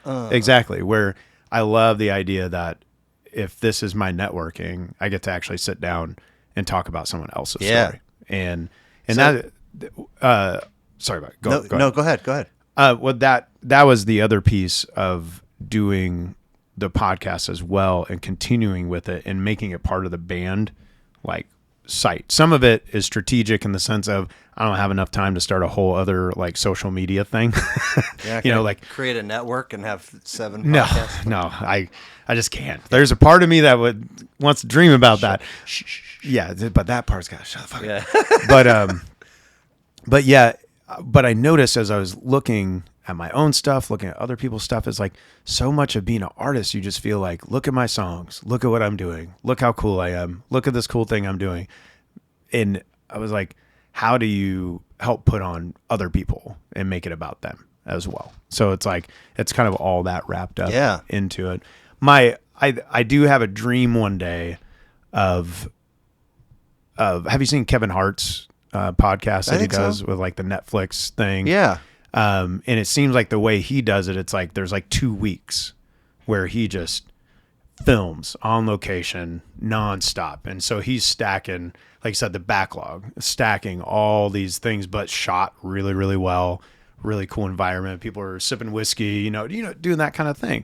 And then he's going and he's going to go make a movie, or he's going to go do a stand-up. Yeah. And that can they can come out while he's doing this. Exactly. So when I can afford to do that kind of thing, it's really, I was actually talking to my my keyboardist about it as well, because he's opening up a podcast studio in his like rehearsal area. There's like a whole other thing that he's designing.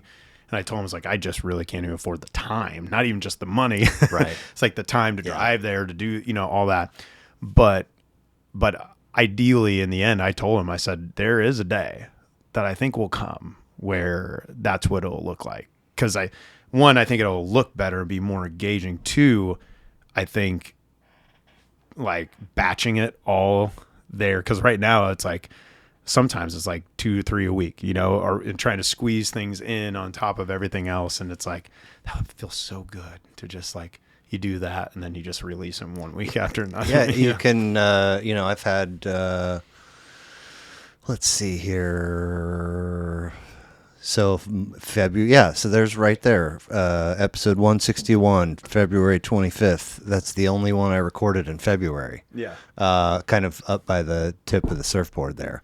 And other months I've had, 4, 5, 6, 7. Right. And when a window like that happens, and then the next time I do one, it's March 4th or even going back to the previous one is January 28th. It's been a month since I sat, and it's like, well, I'm a little anxious because I'm a little rusty. Right. And it's like, the rust will come off back. Yeah. Just quick. You've done enough reps. Yeah, exactly. Yeah. But so artists and entrepreneurs, and tell me about finding guests and reaching out to them. Just a little bit about what that looks like. Predominantly, it's just people I've met along the way, like through touring, through other business ventures, other friends who will recommend them. I've gotten those emails like you've talked about. I've reached out on some of them and it didn't come through. I've reached out on a few that were on, and it was a great episode, but it was just kind of the episode, Yeah. And then there was one in particular, her name's Ashley Cavalier, that I met through one of those like podcast emails. Yeah. They're like, this lady is releasing it, and that particular one actually worked out. Her interview was awesome. Cool. Very inspiring.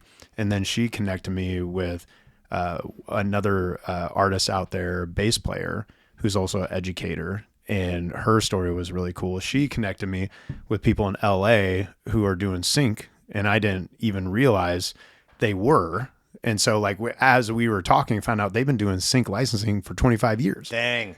And they were like, we wrote a song in the 80s that we were watching Breaking Bad one night, and all of a sudden we're like, that's our song. What? And so they're like going to check out their their thing, they ended. And so it's like, it was really cool how she just like poured into it. So it's all been kind of a mixture, but overall it's people I've either met or been connected to in one way or another. Yeah. Okay. Along the way. So very cool. It's getting not even then. Yeah. It's because even some of the newer people are from like LA, like Italy, all these different places. But I connected with them through like the online communities and those kind of things. So, as I mentioned, friends, family, service industry people, stand-up comic, artists, venue owners, authors, professors. I've had a small handful of interactions with local podcasters. Yeah.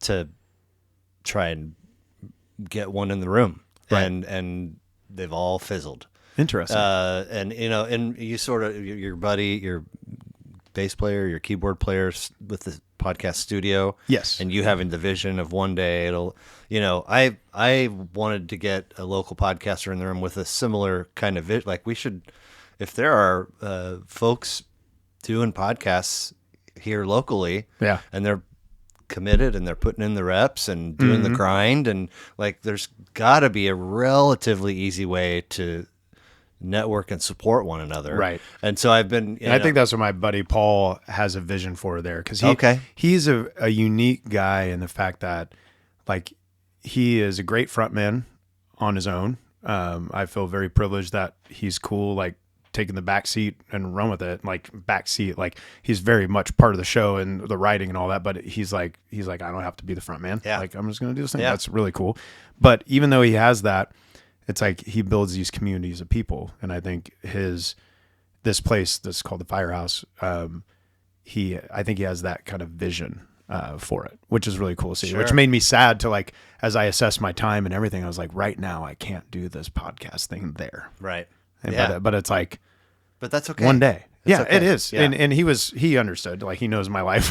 So I think that I have stepped into each avenue of our engagement with a hint of skepticism. Yeah. Like, In what way? In that, like, something will happen and this correspondence will fizzle out, or you won't come.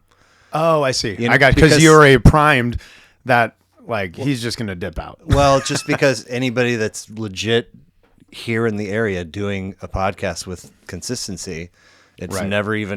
we've never even gotten maybe beyond the dates or the list of albums or whatever. Yes. And so, like, I couldn't quite put a finger on what, like, I mean, I think I knew just based on what I just said, but then with the whole, like, I'm going to bring my boys, and I was like, You're like, here it is. Oh, no. Here it is. That's the excuse. Same day bail. Sorry, gotta. Nevertheless, so you're not Uh, in the area. No. Where are you? Junction City, Kansas. Okay. Okay. Yeah. Siblings? Most people. Yeah. Sister in New York, and sister out in Junction City. Okay. Right now. And then a sister in Emporia. Right on. I believe. Dang it. I think I'm blanking on where that's at. We have a lot of them are half sisters, Sure. half brothers, Yeah. and all that. So, like, and we're all like way different ages, didn't even grow up together. So it's funny. been as later in life getting to know each other. Oh, That wow. kind of thing. But, and then a brother in Topeka, Kansas Okay. as well. Okay. So, Your mom and dad, do you know how they connected? military. So my Really? dad left New York. I think he was getting in a lot of trouble, and then ended up signing up for the military, get away from Yeah. Brooklyn, Yeah. and ends up in Kansas, meets my mom, who her dad was there because of the military. Okay. Fort Riley's right next to Oh, Junction yeah. City. Yeah, And that's where they, raised me. Sure. And Were all that they good stuff. putting on music to listen to in that home? I remember Michael Jackson Okay. a lot. That stuck out a lot to me. My mom really loved ABBA. Yeah. And but honestly, those are the only like real things I remember musically from like a younger age. Sure. And they're not musicians. They're not Right. into music. Like my dad said, he was holding my youngest sister Renee, one time at church, like for a Christmas Eve thing, and he was singing, and she reached up. She was a little girl, and like covered his mouth. He's like, I don't know where you got it from. That's funny. And he may have made up that story. I don't know, but it's a cute. funny one, so I'll tell it. Yeah. Early or first concert memories? Did you see any live music as a young person? That's a good question. Man, I don't know if I remember like first concert per se.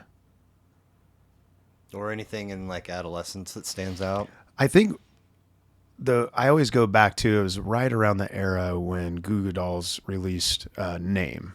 Okay. And I remember being a little kid and just singing that over and over. There was something about that song that I loved. Nice. Which is really funny because then after that, like I said, I just constantly was listening to like Eazy and Snoop Dogg. Yeah, But yeah. there was something about that song. And then it's like years later, I go back and revisit Goo Goo Dolls. And I'm like, oh yeah, I like this shit. Yeah. It's really good.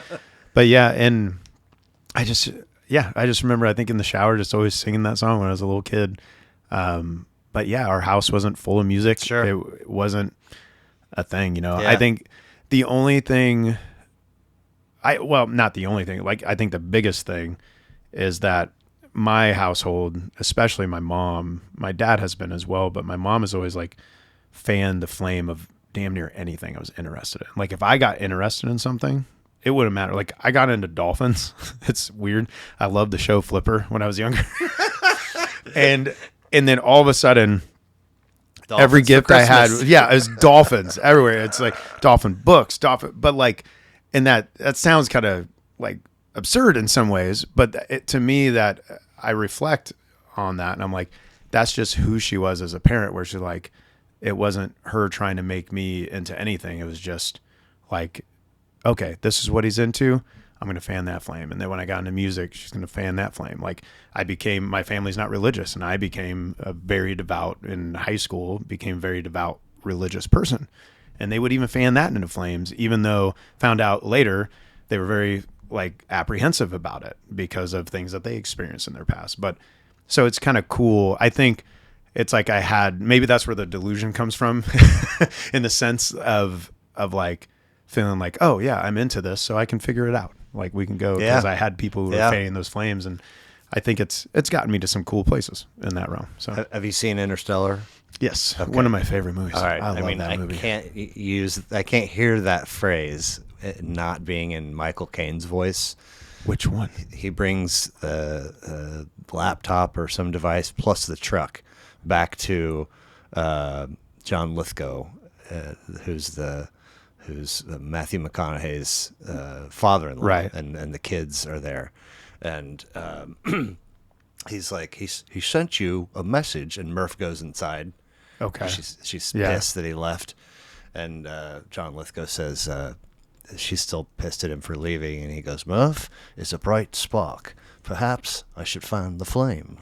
So, it's awesome. You have a great memory of these things. Well, like killer recall. I've watched a lot of reaction videos to that film. Yeah. Whatever. So if the Michael Jackson and the ABBA, is the furniture in the auditory furniture in the home, and then the list that you shared with me is like you fully fleshed out with like core memories and all this, but somewhere in the middle you pivot from what you're hearing in the home and take that first step into sort of curating your own tastes. Yeah. Is there an album that's not from your list that sort of stands out as like a first borrow or first purchase with your own money, or heard in a buddy's car that was like, wow, what is that? Well, yeah, I would say like Warren G, his Regulators. Yeah, that song, I remember that was this fucking those like buy 10 CDs for like 99 cents. I would just constantly BMG. I had so many CDs from that. I don't know how they made money off of that. I saw a T-shirt on Instagram maybe this week as an ad, and it's I still owe Columbia. And I remember being like so afraid, like I'm never pay. Oh my god. Yeah. But yeah, that I think Boys in the Hood, Easy E, the Boys in the Hood were always hard. Like that. Those songs, those are probably the first. Like that synth. What was the other one? Back to the Hotel. Who was that? Oh, Rappin' Forte. That was the name? Maybe. Yeah. Killer riff. Yeah, I got like. I think it's Rappin' Forte. Get the. But yeah, so those, I remember buying those albums, like what they were connected to. And that's what's funny is you had said like do favorite albums, and it was tough for me because a lot of things are about like not necessarily, there are a few albums that are like wow, the whole album, but a lot of times it's like these little songs I know that experience it makes it tough. But yeah, I would say those are the ones. Interesting enough, like I do rock music, I do pop music, but now that I'm really getting into the mixing and production side, I keep going back to hip hop. Sure. Because the production and the creative ideas, the way they lay everything out in the like sonic spectrum is what I want to recreate, but for rock music. Absolutely. Now, like as I'm trying to wrestle with that. So it's kind of come full circle in that regard. So, was there a moment where, whether it's singing in the shower to Goo Goo Dolls or kind of, polishing that first plateau of chops with your guitar where the light bulb comes on and you're like, this is calling to me. It's what I want to do. Where does the arc of your musicianship trajectory begin? Yeah, for me, that started, I was going to this church, like a Pentecostal church. They had like a little band, and one of my buddies wanted to learn drums. So he went and asked someone in the praise band, can I learn drums? The guy started teaching him. So I was like, it'd be kind of cool. Guitar looks cool. So I asked the guy who played guitar to teach me. I don't know if he ever taught me anything, to be honest. I don't remember ever meeting with him, but I remember like, saying, hey, would you teach me? A friend of mine like gave me one of his acoustic guitars, and I just remember I learned Come As You Are. Dun, dun, dun, dun, dun. I remember playing that. Such a killer sequence of opening notes for a song. Yeah, and a great song to start because it's so simple. And I remember playing that literally until my fingers were like raw, and like just I was just doing that riff. I probably drove everyone in my house nuts. And that's where This Miguel guy doesn't know any other riffs. Like, come on, get another one. And I still don't. That's why I'm a rhythm player, man. But I do remember like really early on just being, it's like I had these ideas for songs, and I just started not even really knowing what chords I was playing. There was times there was a song, God, what was that song called? I can't remember the name of the song now, but I couldn't play. I wrote the song. I couldn't play it.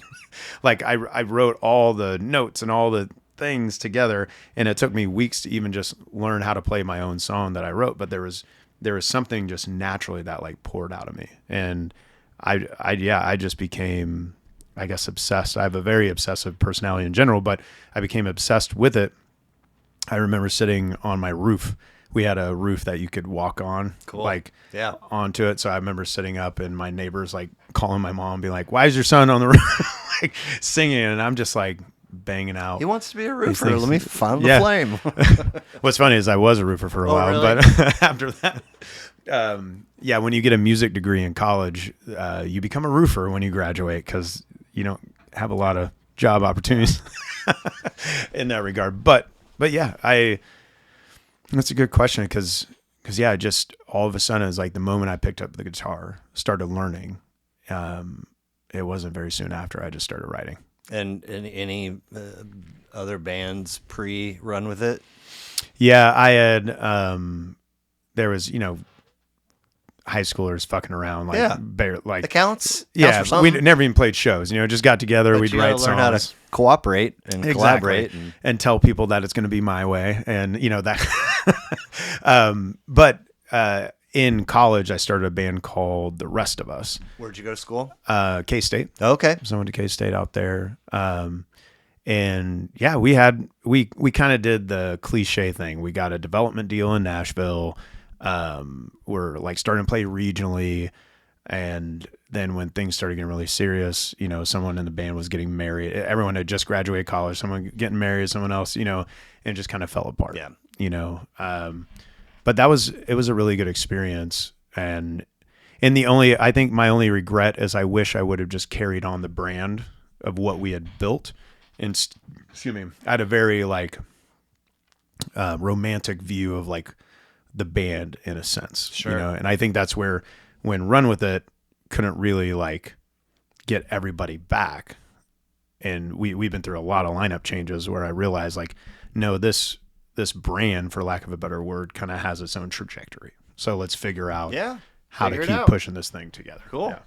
So, well, I appreciate you sharing your list with me. I usually just roll through them in chronological order, if that's right on. Okay. Yeah, and I even looked at the list. I was like, man, I think I'd do 5 different ones now. But yes, let's go through these. These are 1994, Throwing Copper live. Yes. Let's see here. Third of 9, 14 tracks, 59 minutes. Rock out of York, Pennsylvania, and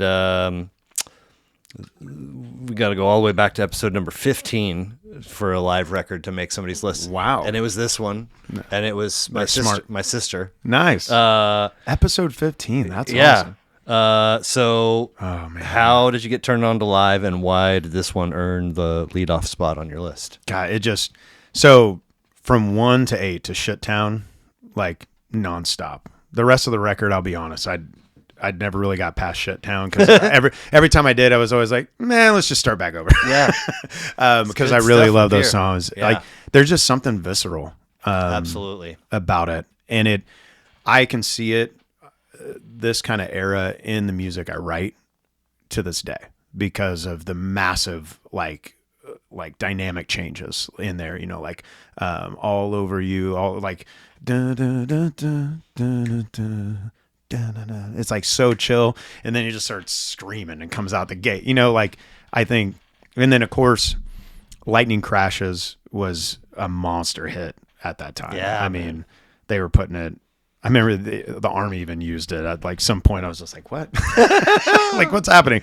But yeah, and then I Alone. Oh my God. I Alone love dude, you. Such an iconic voice. Yeah. I love the story. His, at least from what I understood of his story, sometimes I realize like there's things I just picked up from other people. I don't even know if it's true. Right. But I think I connected to him in different ways throughout my life. Okay. So, because religion's kind of always been a thread throughout things. And when I first listened to this, I consider myself a believer, very into religion. He was almost like this sad figure to me because it sounded like lightning crashes. My understanding is about losing his baby or losing his girlfriend, maybe, when she was giving birth.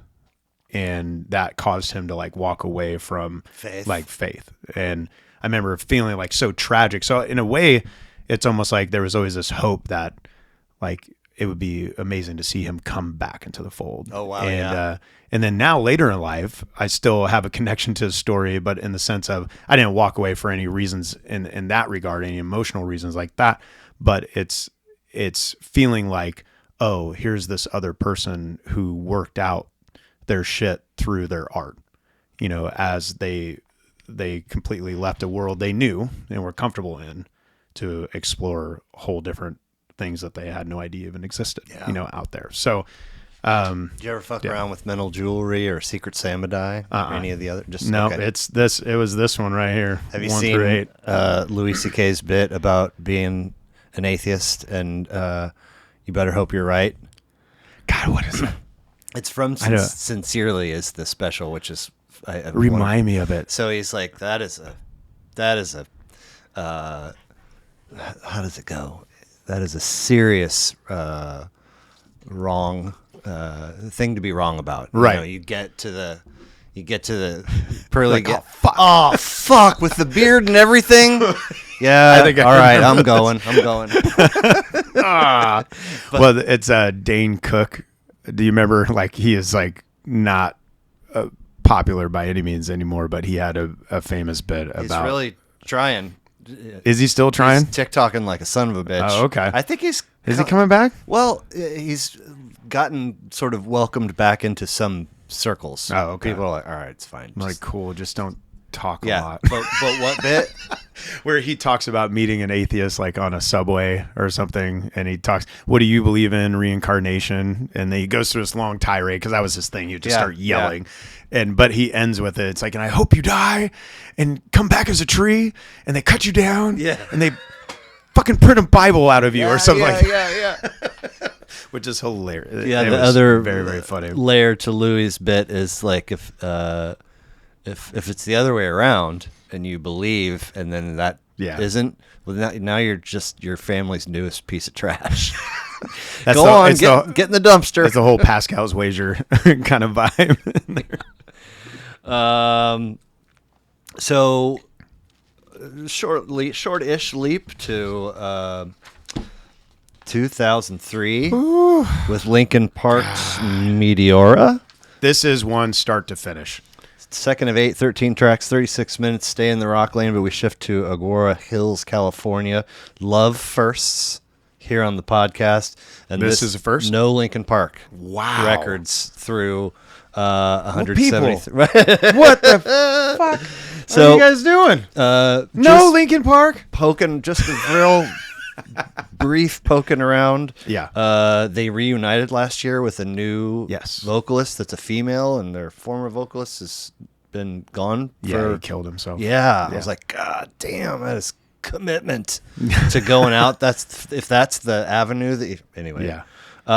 So what is the essence of Linkin Park, and what is your discovery of them? I think they embody, like, as I shared, like, my tastes in music are just, like, wide. Very, very wide. I think that's a very common thing now.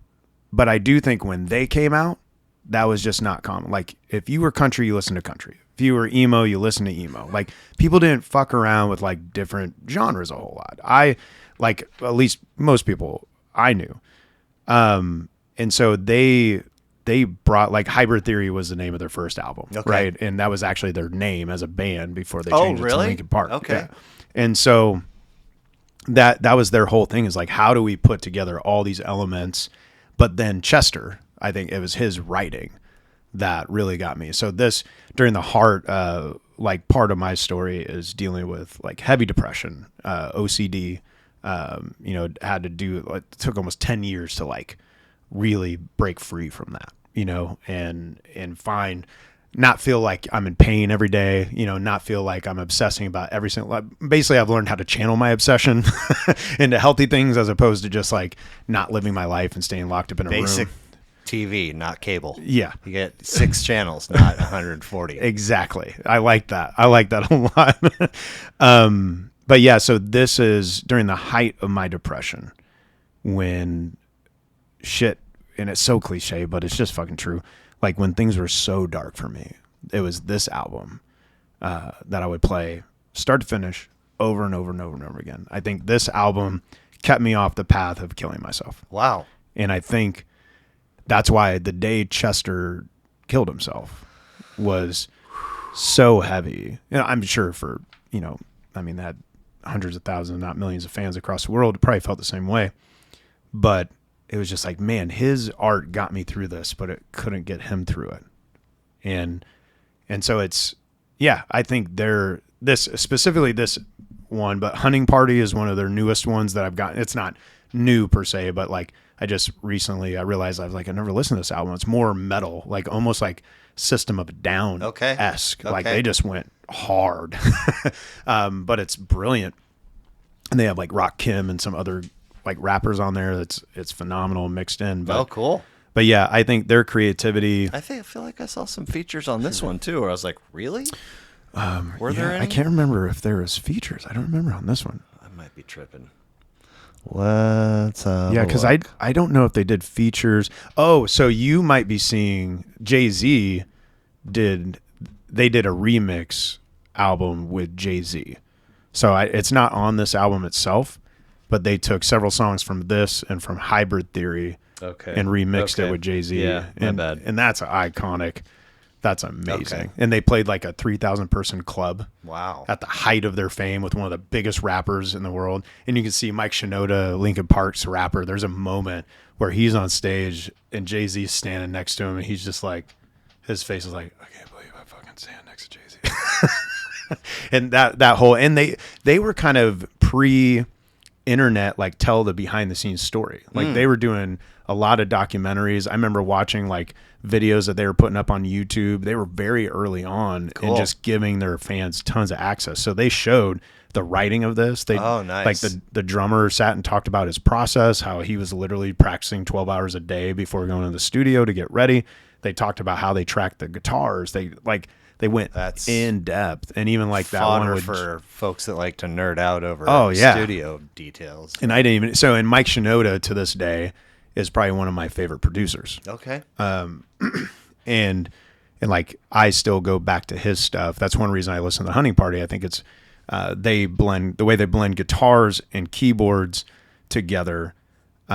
So we have that challenge because a lot of the keys parts and a lot of the guitar parts tend to sit in the same frequency. And so I'm getting nerdy right now, but so figuring out like, how do you decide in a mix when one thing should be like in front and how do they complement each other, from the writing perspective and from the mixing perspective. So yeah, I could probably talk about these guys forever, but yeah, I think the biggest thing is just literally this album got me through. I think I can credit it for being alive, and that's kind of wild to think about.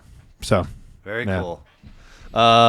So we'll shift gears a little bit and go to rap out of Chicago by way of Atlanta with my beautiful dark twisted fantasy Kanye West from 2010. West. 5th of 11, 13 tracks, 78 minutes. So I think this is the third time a Kanye record has made a list. Okay. We'll forgive you for the Linkin Park thing, guys. The college dropout, Bill Brownlee, from episode 136, had that on his list. Nice, and Bill. Then all the way back to 42, Kadesh Flow actually had this one. Nice. Kadesh is a cool cat, man. Heck yeah. Something of a polarizing figure, this guy. Something of it, but many use the G word and call him a genius. Yes.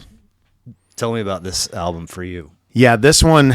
And so that Kanye was tough because I think like Power and All the Lights off this album are just monster. Runaway, Jesus. Yeah. I think it's the production.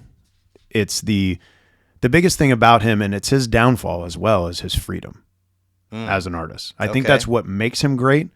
But have you seen the documentary on him?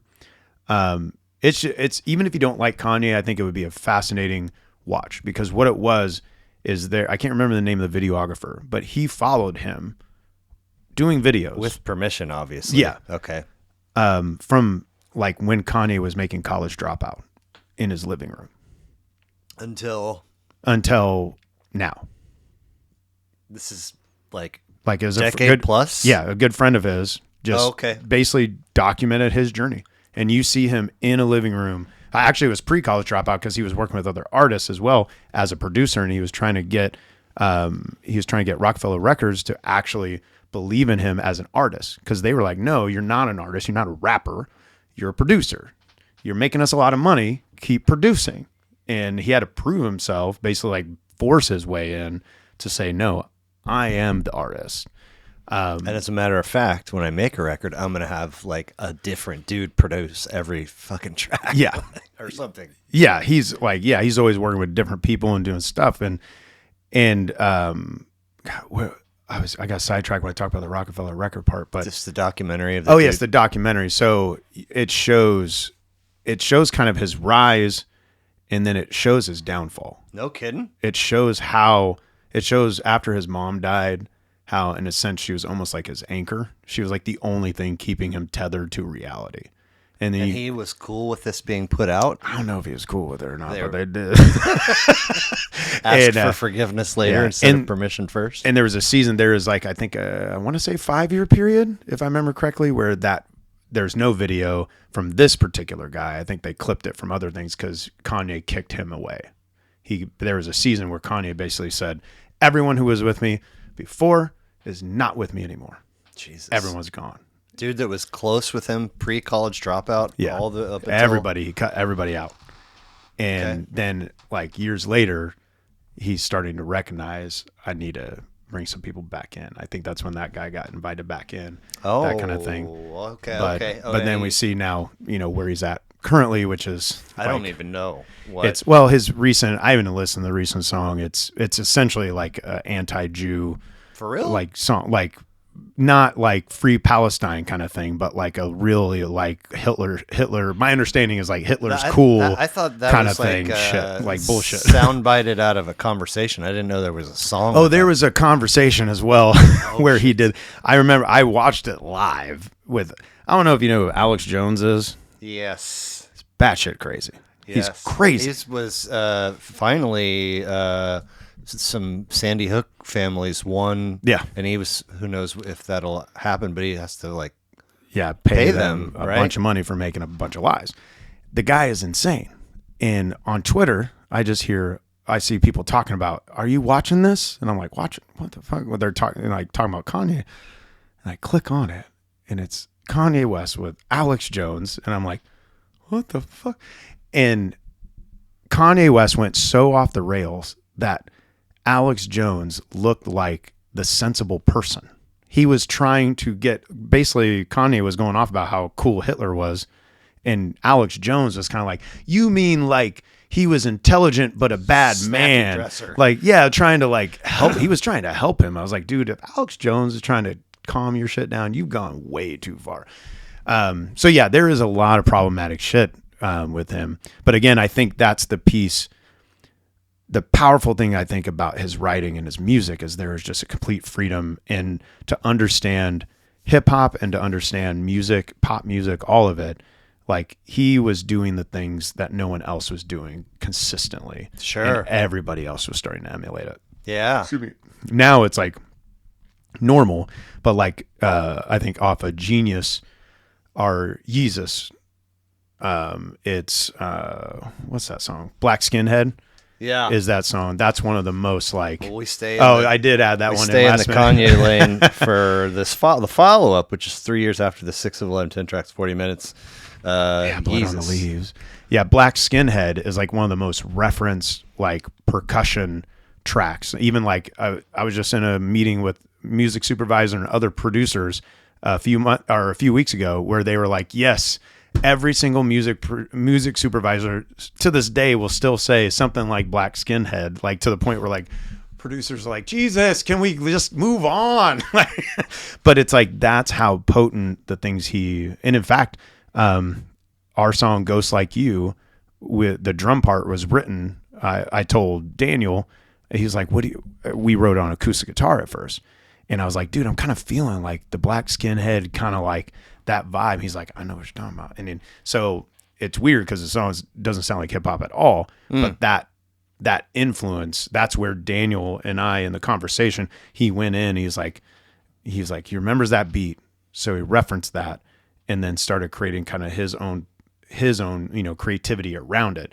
But that's where like Ghosts Like You, our song, like the rhythm came from. Okay. And I venture to say there's a lot of rock music and pop music, and hell, probably even like some bluegrass out there that's inspired by that. But he's kind of a cautionary tale too. Yeah. So when My Beautiful Dark Twisted Fantasy comes out, is he already on your radar? No. Okay. So when you first listen to that album, is it around the time that it's released, or is it later? Or so where it came from is, so I like I said, I was super into rap. Yep. And then I fell in love with Nirvana, got into rock music. Yep. And then it's just part of the story. I went full on into the church world, and it was all worship music for years and years and years. I really didn't listen to hip hop much because none of that in hip hop really reflected the life that I was trying to live. Right. Right. And then end up leaving the church. I'm listening to rock music, and then I start like J. Cole. I start listening to him. I'm like, oh man, this dude's amazing. And then Kendrick dropped Damn about that time, and I was like, this is amazing. It was kind of like all this hip hop started coming back to me, and I was feeling like this connection with it. And then I had a conversation with a friend of mine at the gym, and he always asks me cool questions that gets me thinking. And he's like, who's your top five? Who's your top five of rappers? And I kind of give him a list. Kendrick and J. Cole are on there. I don't mention, I got Jay-Z on there. I'm trying to remember at the time, maybe Juice WRLD or something like that. And he goes, so you don't put Kanye on there? And I was like, no, not really. I don't really listen to him. He's like, that's interesting. And I was like, what do you mean? Then he just kind of makes his case why, like from a producer standpoint, he kind of breaks down this thing. So I went in and from College Dropout listened to every single thing. Gosh. And so like I didn't get into this until this was probably like 4 or 5 years ago. Okay. And then I just listened to the whole discography back again, and then gravitated towards these two. Really? Out of that. Okay. And then after that, especially like I think Donda, I couldn't even get through it. I'll be honest. I think it's even creatively, I think his brain is starting to break, at least for me personally. I just couldn't connect. But yeah, that wasn't until later in life. So all this, I was like catching up, and even like J. Cole, I was catching up. Yeah. He came out with Off Season about that time. That was very influential to me, and that made me go back, and discover like his older stuff as well. There's different camps in the like. So I got turned on to. This is just an example. Got turned on to Kanye when the first Donda came out. Mm-hmm. So I got to go back, and I got to over and over again, until I feel polished and familiar with each record. And now that I'm dialed in, everything that comes out after, like I know all the stuff, and I'm listening to it with an educated, the backlog's there, and it's a different thing, right? Yeah. And so, I mean, rarely do we as music fans discover somebody's debut when it's released, and then we're just with them the whole. There's always that is pretty rare, yeah. So when we're having this experience where we come to the ball game late and catch up, it seems to me if if we're talking about an artist with, I don't know, 9, 10, 11, 12 plus albums, it seems kind of rare to me that consecutive albums would have a big impact on somebody. Like, I really like records 2, 11, and 17. Right. But you're like 5 and Boom, 6 boom. or whatever. Something about those two. And they are like production wise, they are very similar. They're different, but very similar in a lot of regards. Like, it has its own uniqueness, but I almost feel like they're almost like part 1 and part 2 in a sense. Not fully, but in a sense. Right. But yeah, I think a lot of it too is just his lyrics. Even his the album Yay, I think that's the one with it looks like it was done in like a Canva thing. It was terrible. But he says a line, something to the effect of, God,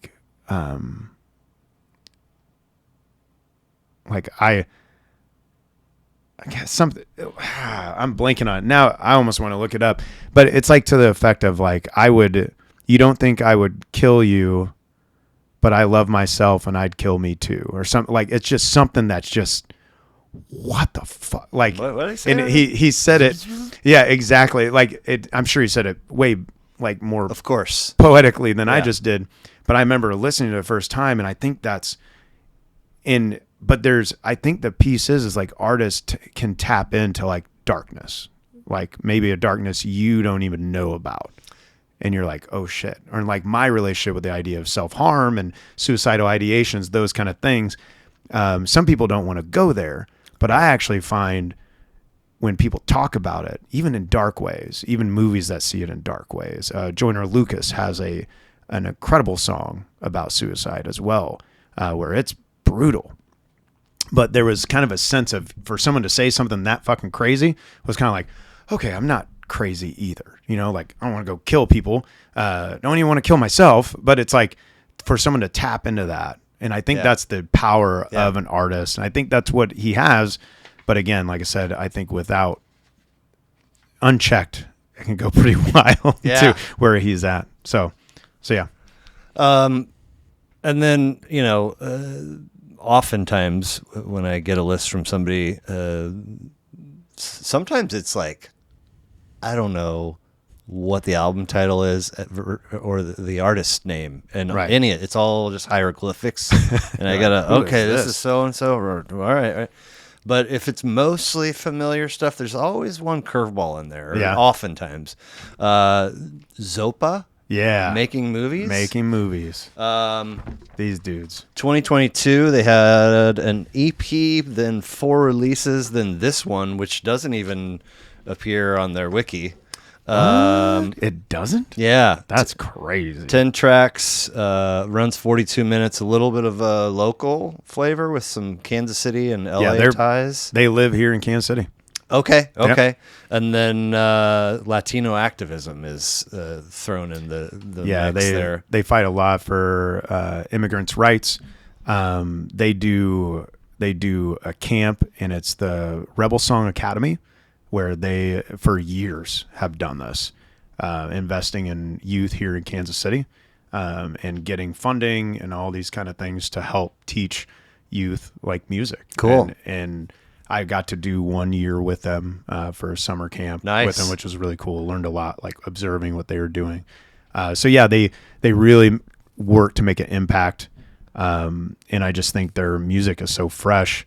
Nos Entenderán, number 5, that song is so influential. I've referenced it so many times in our writing sessions. There's this ending build up, like percussion breakdown where the guitars go nuts and everyone's just chanting on top. Yeah. And it's like this breakdown. And it's like, if I could one day have a song that has a vibe like that, like obviously I don't want to steal what they're doing, but that vibe, that energy, there's something they captured, especially in that, but there's just beautiful songs in here. Well, and then knowing them as well, was just really cool. And they're one reason we started touring. We have a weird sorted relationship. I shouldn't say we. I have a sorted relationship with Kansas City and its music scene, because I feel like when I got into the scene, at least the folks I was around, there were certain people I connected with, but I felt like we were just never accepted as a band. Like we didn't fit. These are assumptions. It felt like we didn't fit the sound. We didn't fit the vibe. It felt like people would compliment how hard we would work, but would never say, "Ooh, I like your song." You know, those kind of things, where even someone else joined the band at one point who was part of like that scene, and they're like, I feel like it's kind of a backhanded compliment when they say that kind of thing. And Vanessa Kramer was on episode 171. She's an author, and when she was sort of trying to network initially with other local authors, hey, is there a round table or a group no. And then she would see folks that she had that's rough. Online. And she was able to parse it all the way down to probably this feeling of, if they buy your book, they're not going to buy mine. And I've had folks in the Kansas City music scene talk to this idea that you brought up, in that there's a lot of artists, but, you know,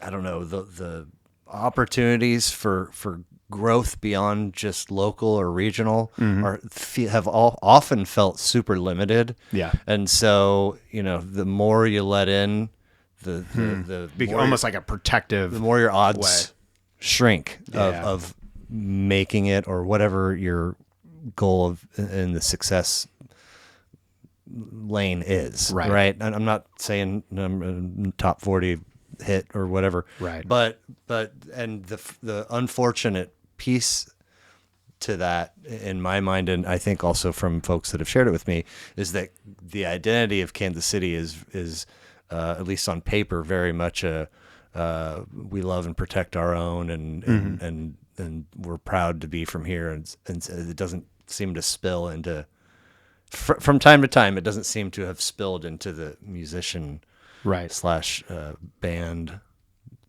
portion of the fabric. Well, and I think the harder part is I do observe it almost from a distance, where I do think there is that.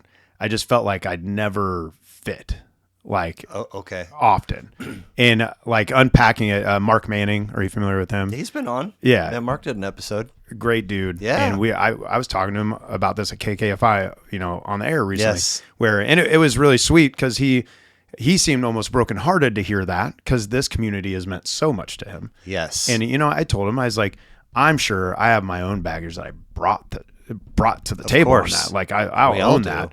But in a sense, it became a blessing in disguise, because when I sat down with sharing my, you know, frustrations with Enrique, lead singer of Making Movies, we're getting pho at some restaurant downtown. And I was just sharing, I was like, I don't feel like I'm accepted here, blah, blah. And he just looks at me and goes, fuck him. And I was like, okay. He's like, fuck him. Go out and do your thing. Yeah. He's like, we didn't get any attention until we left. And I was like, okay. And I had one other friend, I was bitching. He kind of said a similar thing. And it made us force like outside. So we started touring regionally, nationally, then internationally. Suddenly we were getting calls. Suddenly, hey, can you do this thing? Yeah. Hey, can you do that thing? Yeah. And it's so, in that regard. And again, there are people and individuals that I have connected with. I just feel like on a whole, our music hasn't fit into what I think the Kansas City like sound, if we had a sound. I don't know that there's so much, just not a fine tooth comb. But here's the list of everybody. Right. And it's just like, man, there's a lot of punk and punk adjacent. Yeah. A lot. And it's like, they're all trying, but it's like, you look at punk in the history with all the other genres, like this many make it. And you can't all but they just keep doing it. Yeah. And then you've got some pop rock, and then you've got some dudes that are trying to rap, and it's a very interesting glob. And I definitely think it has expanded. Yes. And I think one thing I've noticed too is the younger artists, like 20s and 30s, like in between 20 and 30 that I've been meeting, they don't seem to have the same Sure. like closed offness than I think my class did. Okay. And I've even shared that with some at Boulevardia. I was a stage manager and I was seeing all these like younger bands and how they interacted with it. And I remember telling them, I was like, I feel like my class didn't operate that way, at least for me. Yeah. And maybe they did with each other, but I didn't feel that. Yeah. And I was like, I feel like it's less and less with them. And I also think I feel like there was an era, and this is why I gravitate to hip hop predominantly as well, is hip hop has an ethos of hustle, of get your shit out there. We're promoting, we're marketing, we're going to build this thing. Yeah, man. Rock does not. Rock has almost an ethos of like, it's too, you don't wear your You don't love us yet? merch. Yeah. It's like, I'm going to be like, cool, whatever. Yeah. And I think we were never that either. And so I think there's a generation of people who think that way. And I think that's kind of was my class too. So we were kind of outliers in that regard. Cause I think some people would kind of like, put their nose up when we're doing, like at the time we were doing Snapchat and Reels and doing all that shit, not Reels, but whatever it was back then.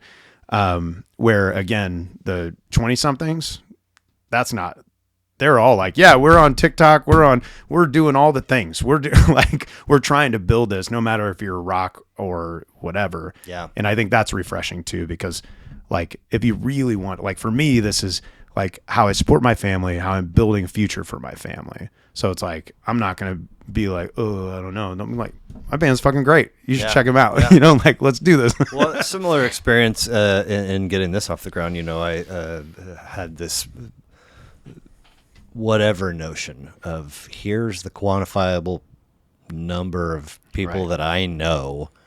So therefore, the popularity of this podcast will somehow equal to, and it's like,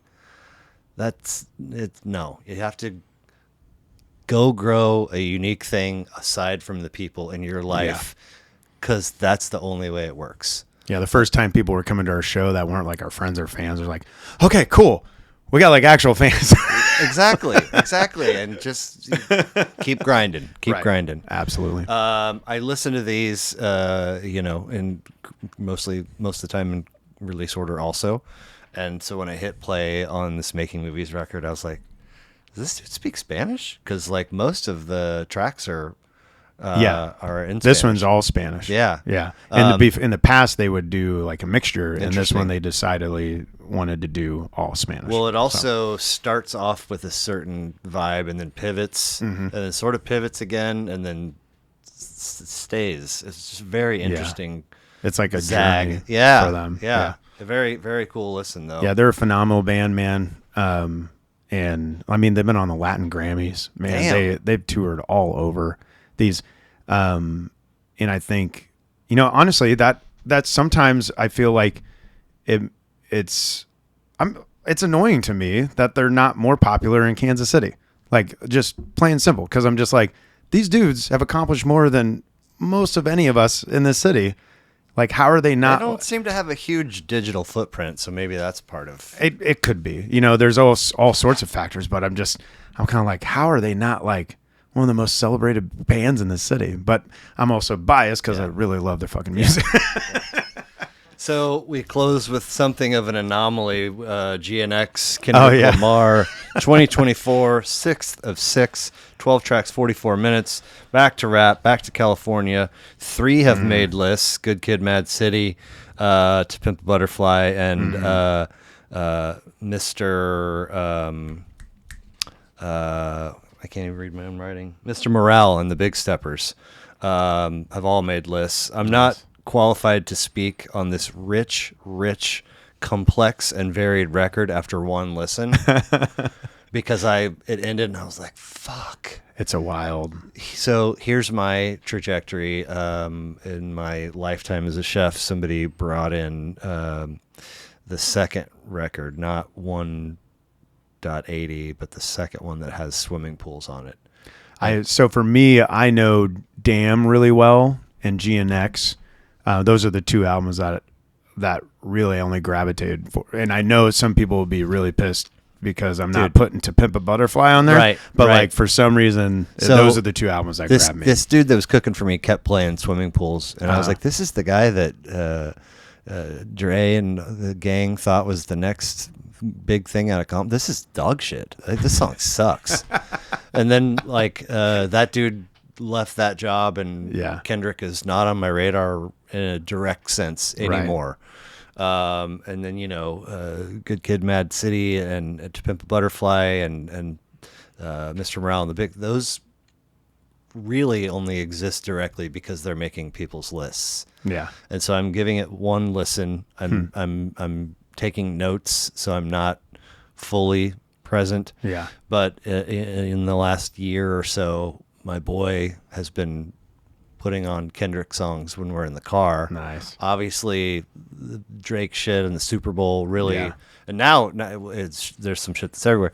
So I did that thing one day where I was like, I have a buttload of yard work to do, and I have some album listens from somebody's list that's their episode's coming up. Yeah. So I gotta go back to the beginning and listen to Kendrick's discography. Yeah.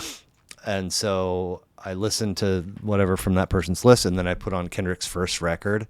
And mind you, I went oldies, FM radio, and classic rock, and then I'm in gangster rap for a good while, and then I'm in jam bands and hip hop, which is kind of where I have lived ever since. It's funny. For most That's of my awesome. But while I was in gangster rap, it was Easy Does It, Eazy-E's first record, and Latrim, and NWA, and Ice Cube, and Ice-T, and Too Short, and just banger after banger after banger. And I landed later in life in the old guys calls everything new mumble rap lane. Exactly. And I've just been like, that's the way you guys have when I was your age. But I tell you what, I could understand that shit when I was a kid. I put on that first Kendrick record, and I was like, you were in. Oh my God. Now, I haven't continued the journey, really, because I need to do it in an undivided attention kind of way and non-distract. But that first record, his bars and the beats and the samples, I was like, oh my God, this is insanely good. Yeah. I put on this to get ready for our conversation, and I was like, I didn't even know he put out a record in 2024. And it took me all over the place. Like there was, I've known for a good little bit that he's a master craftsman with not only lyrics, unique lyrics, not repetitive lyrics, and fitting them into weird timed signatures and vocabulary that shames most rappers I've ever listened to. Right. But sometimes leaning in the direction of this thing that I think a lot of rap does, which is there's too many words, man. Like if you're choosing good samples and you're making unique, fresh beats, let them live in the mix a little bit too. Right. It doesn't have to be lyric. So he does. He's doing that a little bit early in the album, especially with like track 4 or 5, where it gets late in the song and the volumes. Oh, that's funny because that's my favorite one, Man at the Garden, because he spreads. And I'm getting nerdy, but the way they spread even the vocals in the mix, it just he starts like almost yelling. Yeah, and I'm not saying that. Tell me why you deserve the greatest of all time, motherfucker. Yes. But then it's almost like right after that, then he does pivot, and you do get some other areas. Anyway, so I've only listened to it once, and I just did it. Tell me about GNX for Miguel Antonio.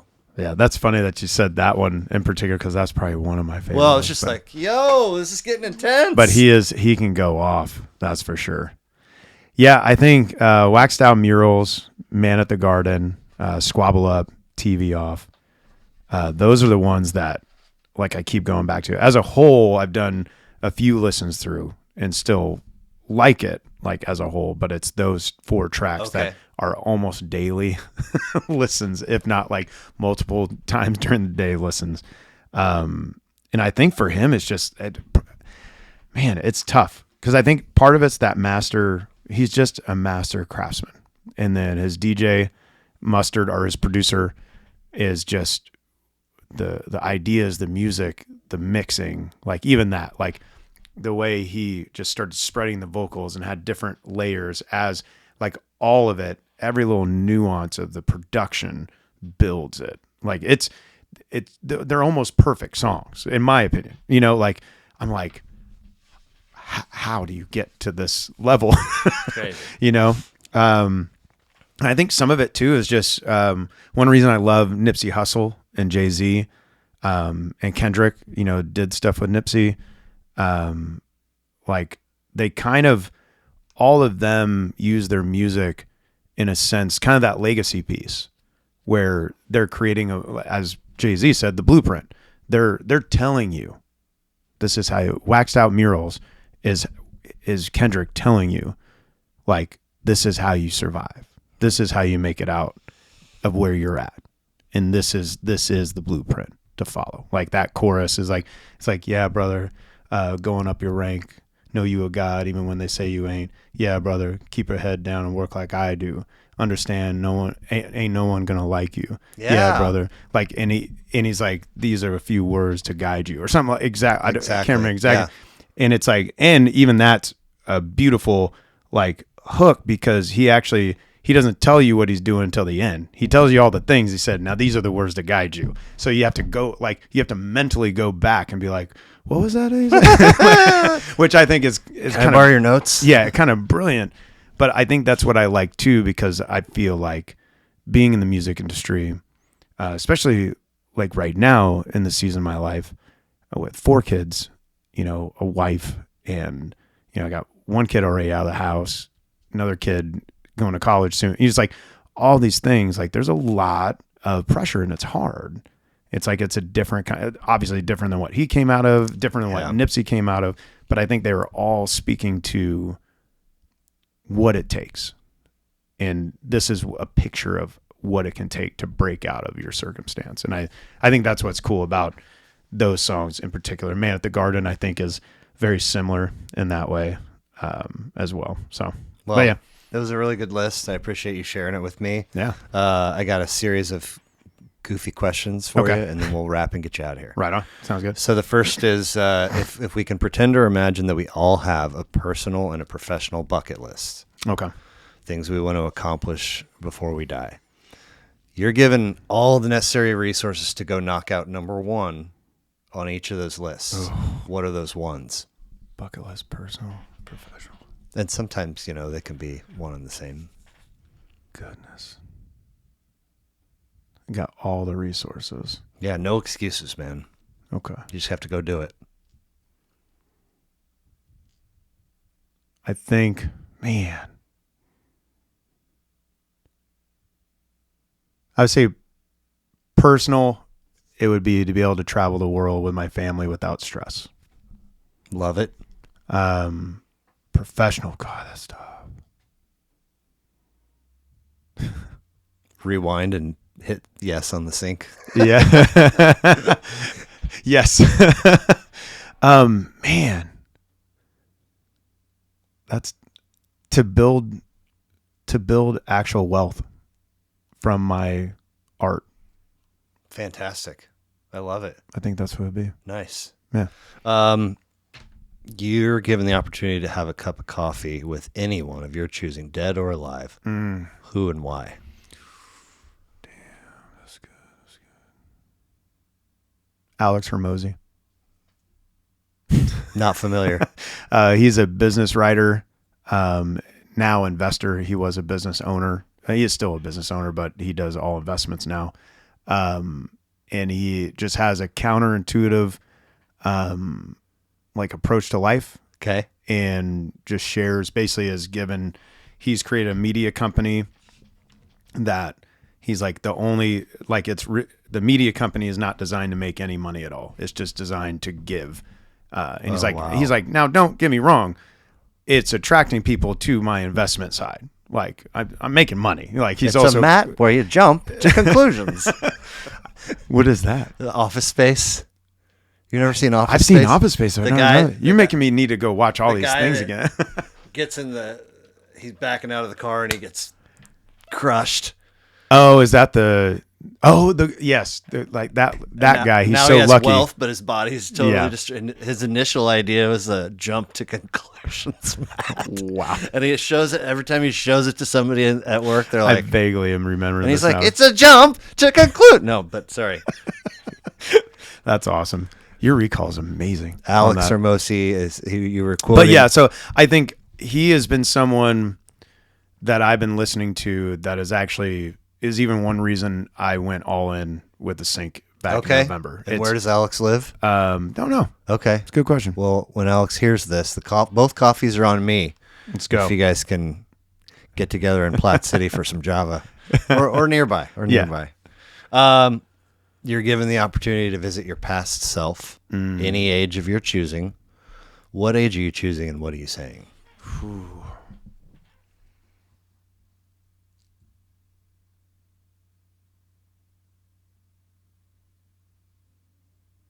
14. Okay.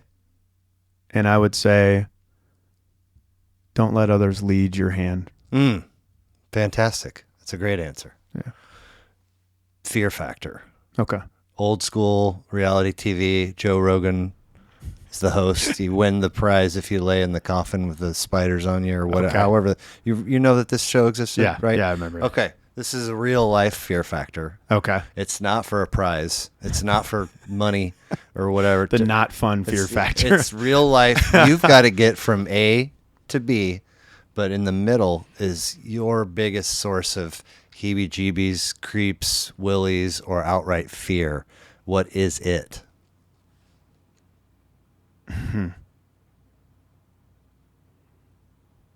It's almost a cop-out answer in a way, but I think it's being vocal about exactly what I want every day. Okay. I like that.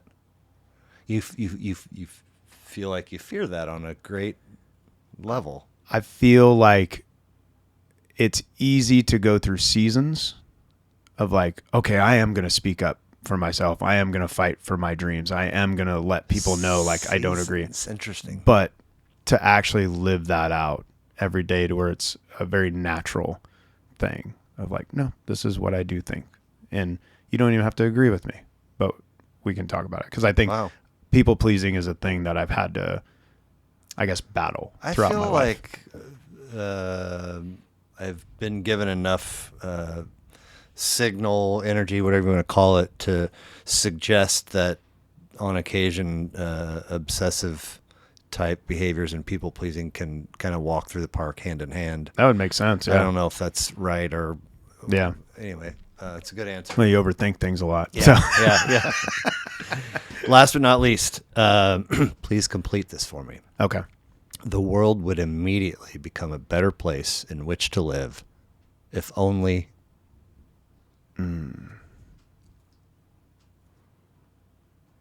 more people learned how to logically think for themselves. Okay. All great answers. I like all of them. So we've got at Just the Miguel on Instagram, some Life plus solo Miguel Antonio stuff lives there. At Run With It Band, also on Instagram. Run With It, plus the Run With It EP and singles are on Apple and Spotify. And then Live and Create Podcasts is on YouTube, plus Apple and Spotify under the Run With It Band handle. On social media, they can find clips under Run With It, and then on all the like DSPs, it's hashtag Live and Create. I meant to ask you, has having the hashtag in front of Live and Create made any difficulty in people trying to search your stuff or no? I'm betting it does. Okay. I'm betting it's problematic. You could probably change it, right? I know, but it's what I was thinking about that recently where I'm like, that was pretty dumb, Miguel. Well, I mean, hashtags were At the time in it our seemed- face, Yeah. quick and often for a good little bit. But Yeah, I feel like I'm just gonna let that baby ride and Okay, see all right. see what happens. what other plugs are we? giving out? Yeah, just I think the main thing, just go follow at Run With It Band, especially on that one. I'm on that the most, and that's where we're putting out content. We're doing a lot of the storytelling of writing behind the scenes, what songs are about, how it came together, and then new songs dropping, and that's gonna be fun. Right on. Is there anything that you had hoped that we would cover that we did not? No, I think this is great.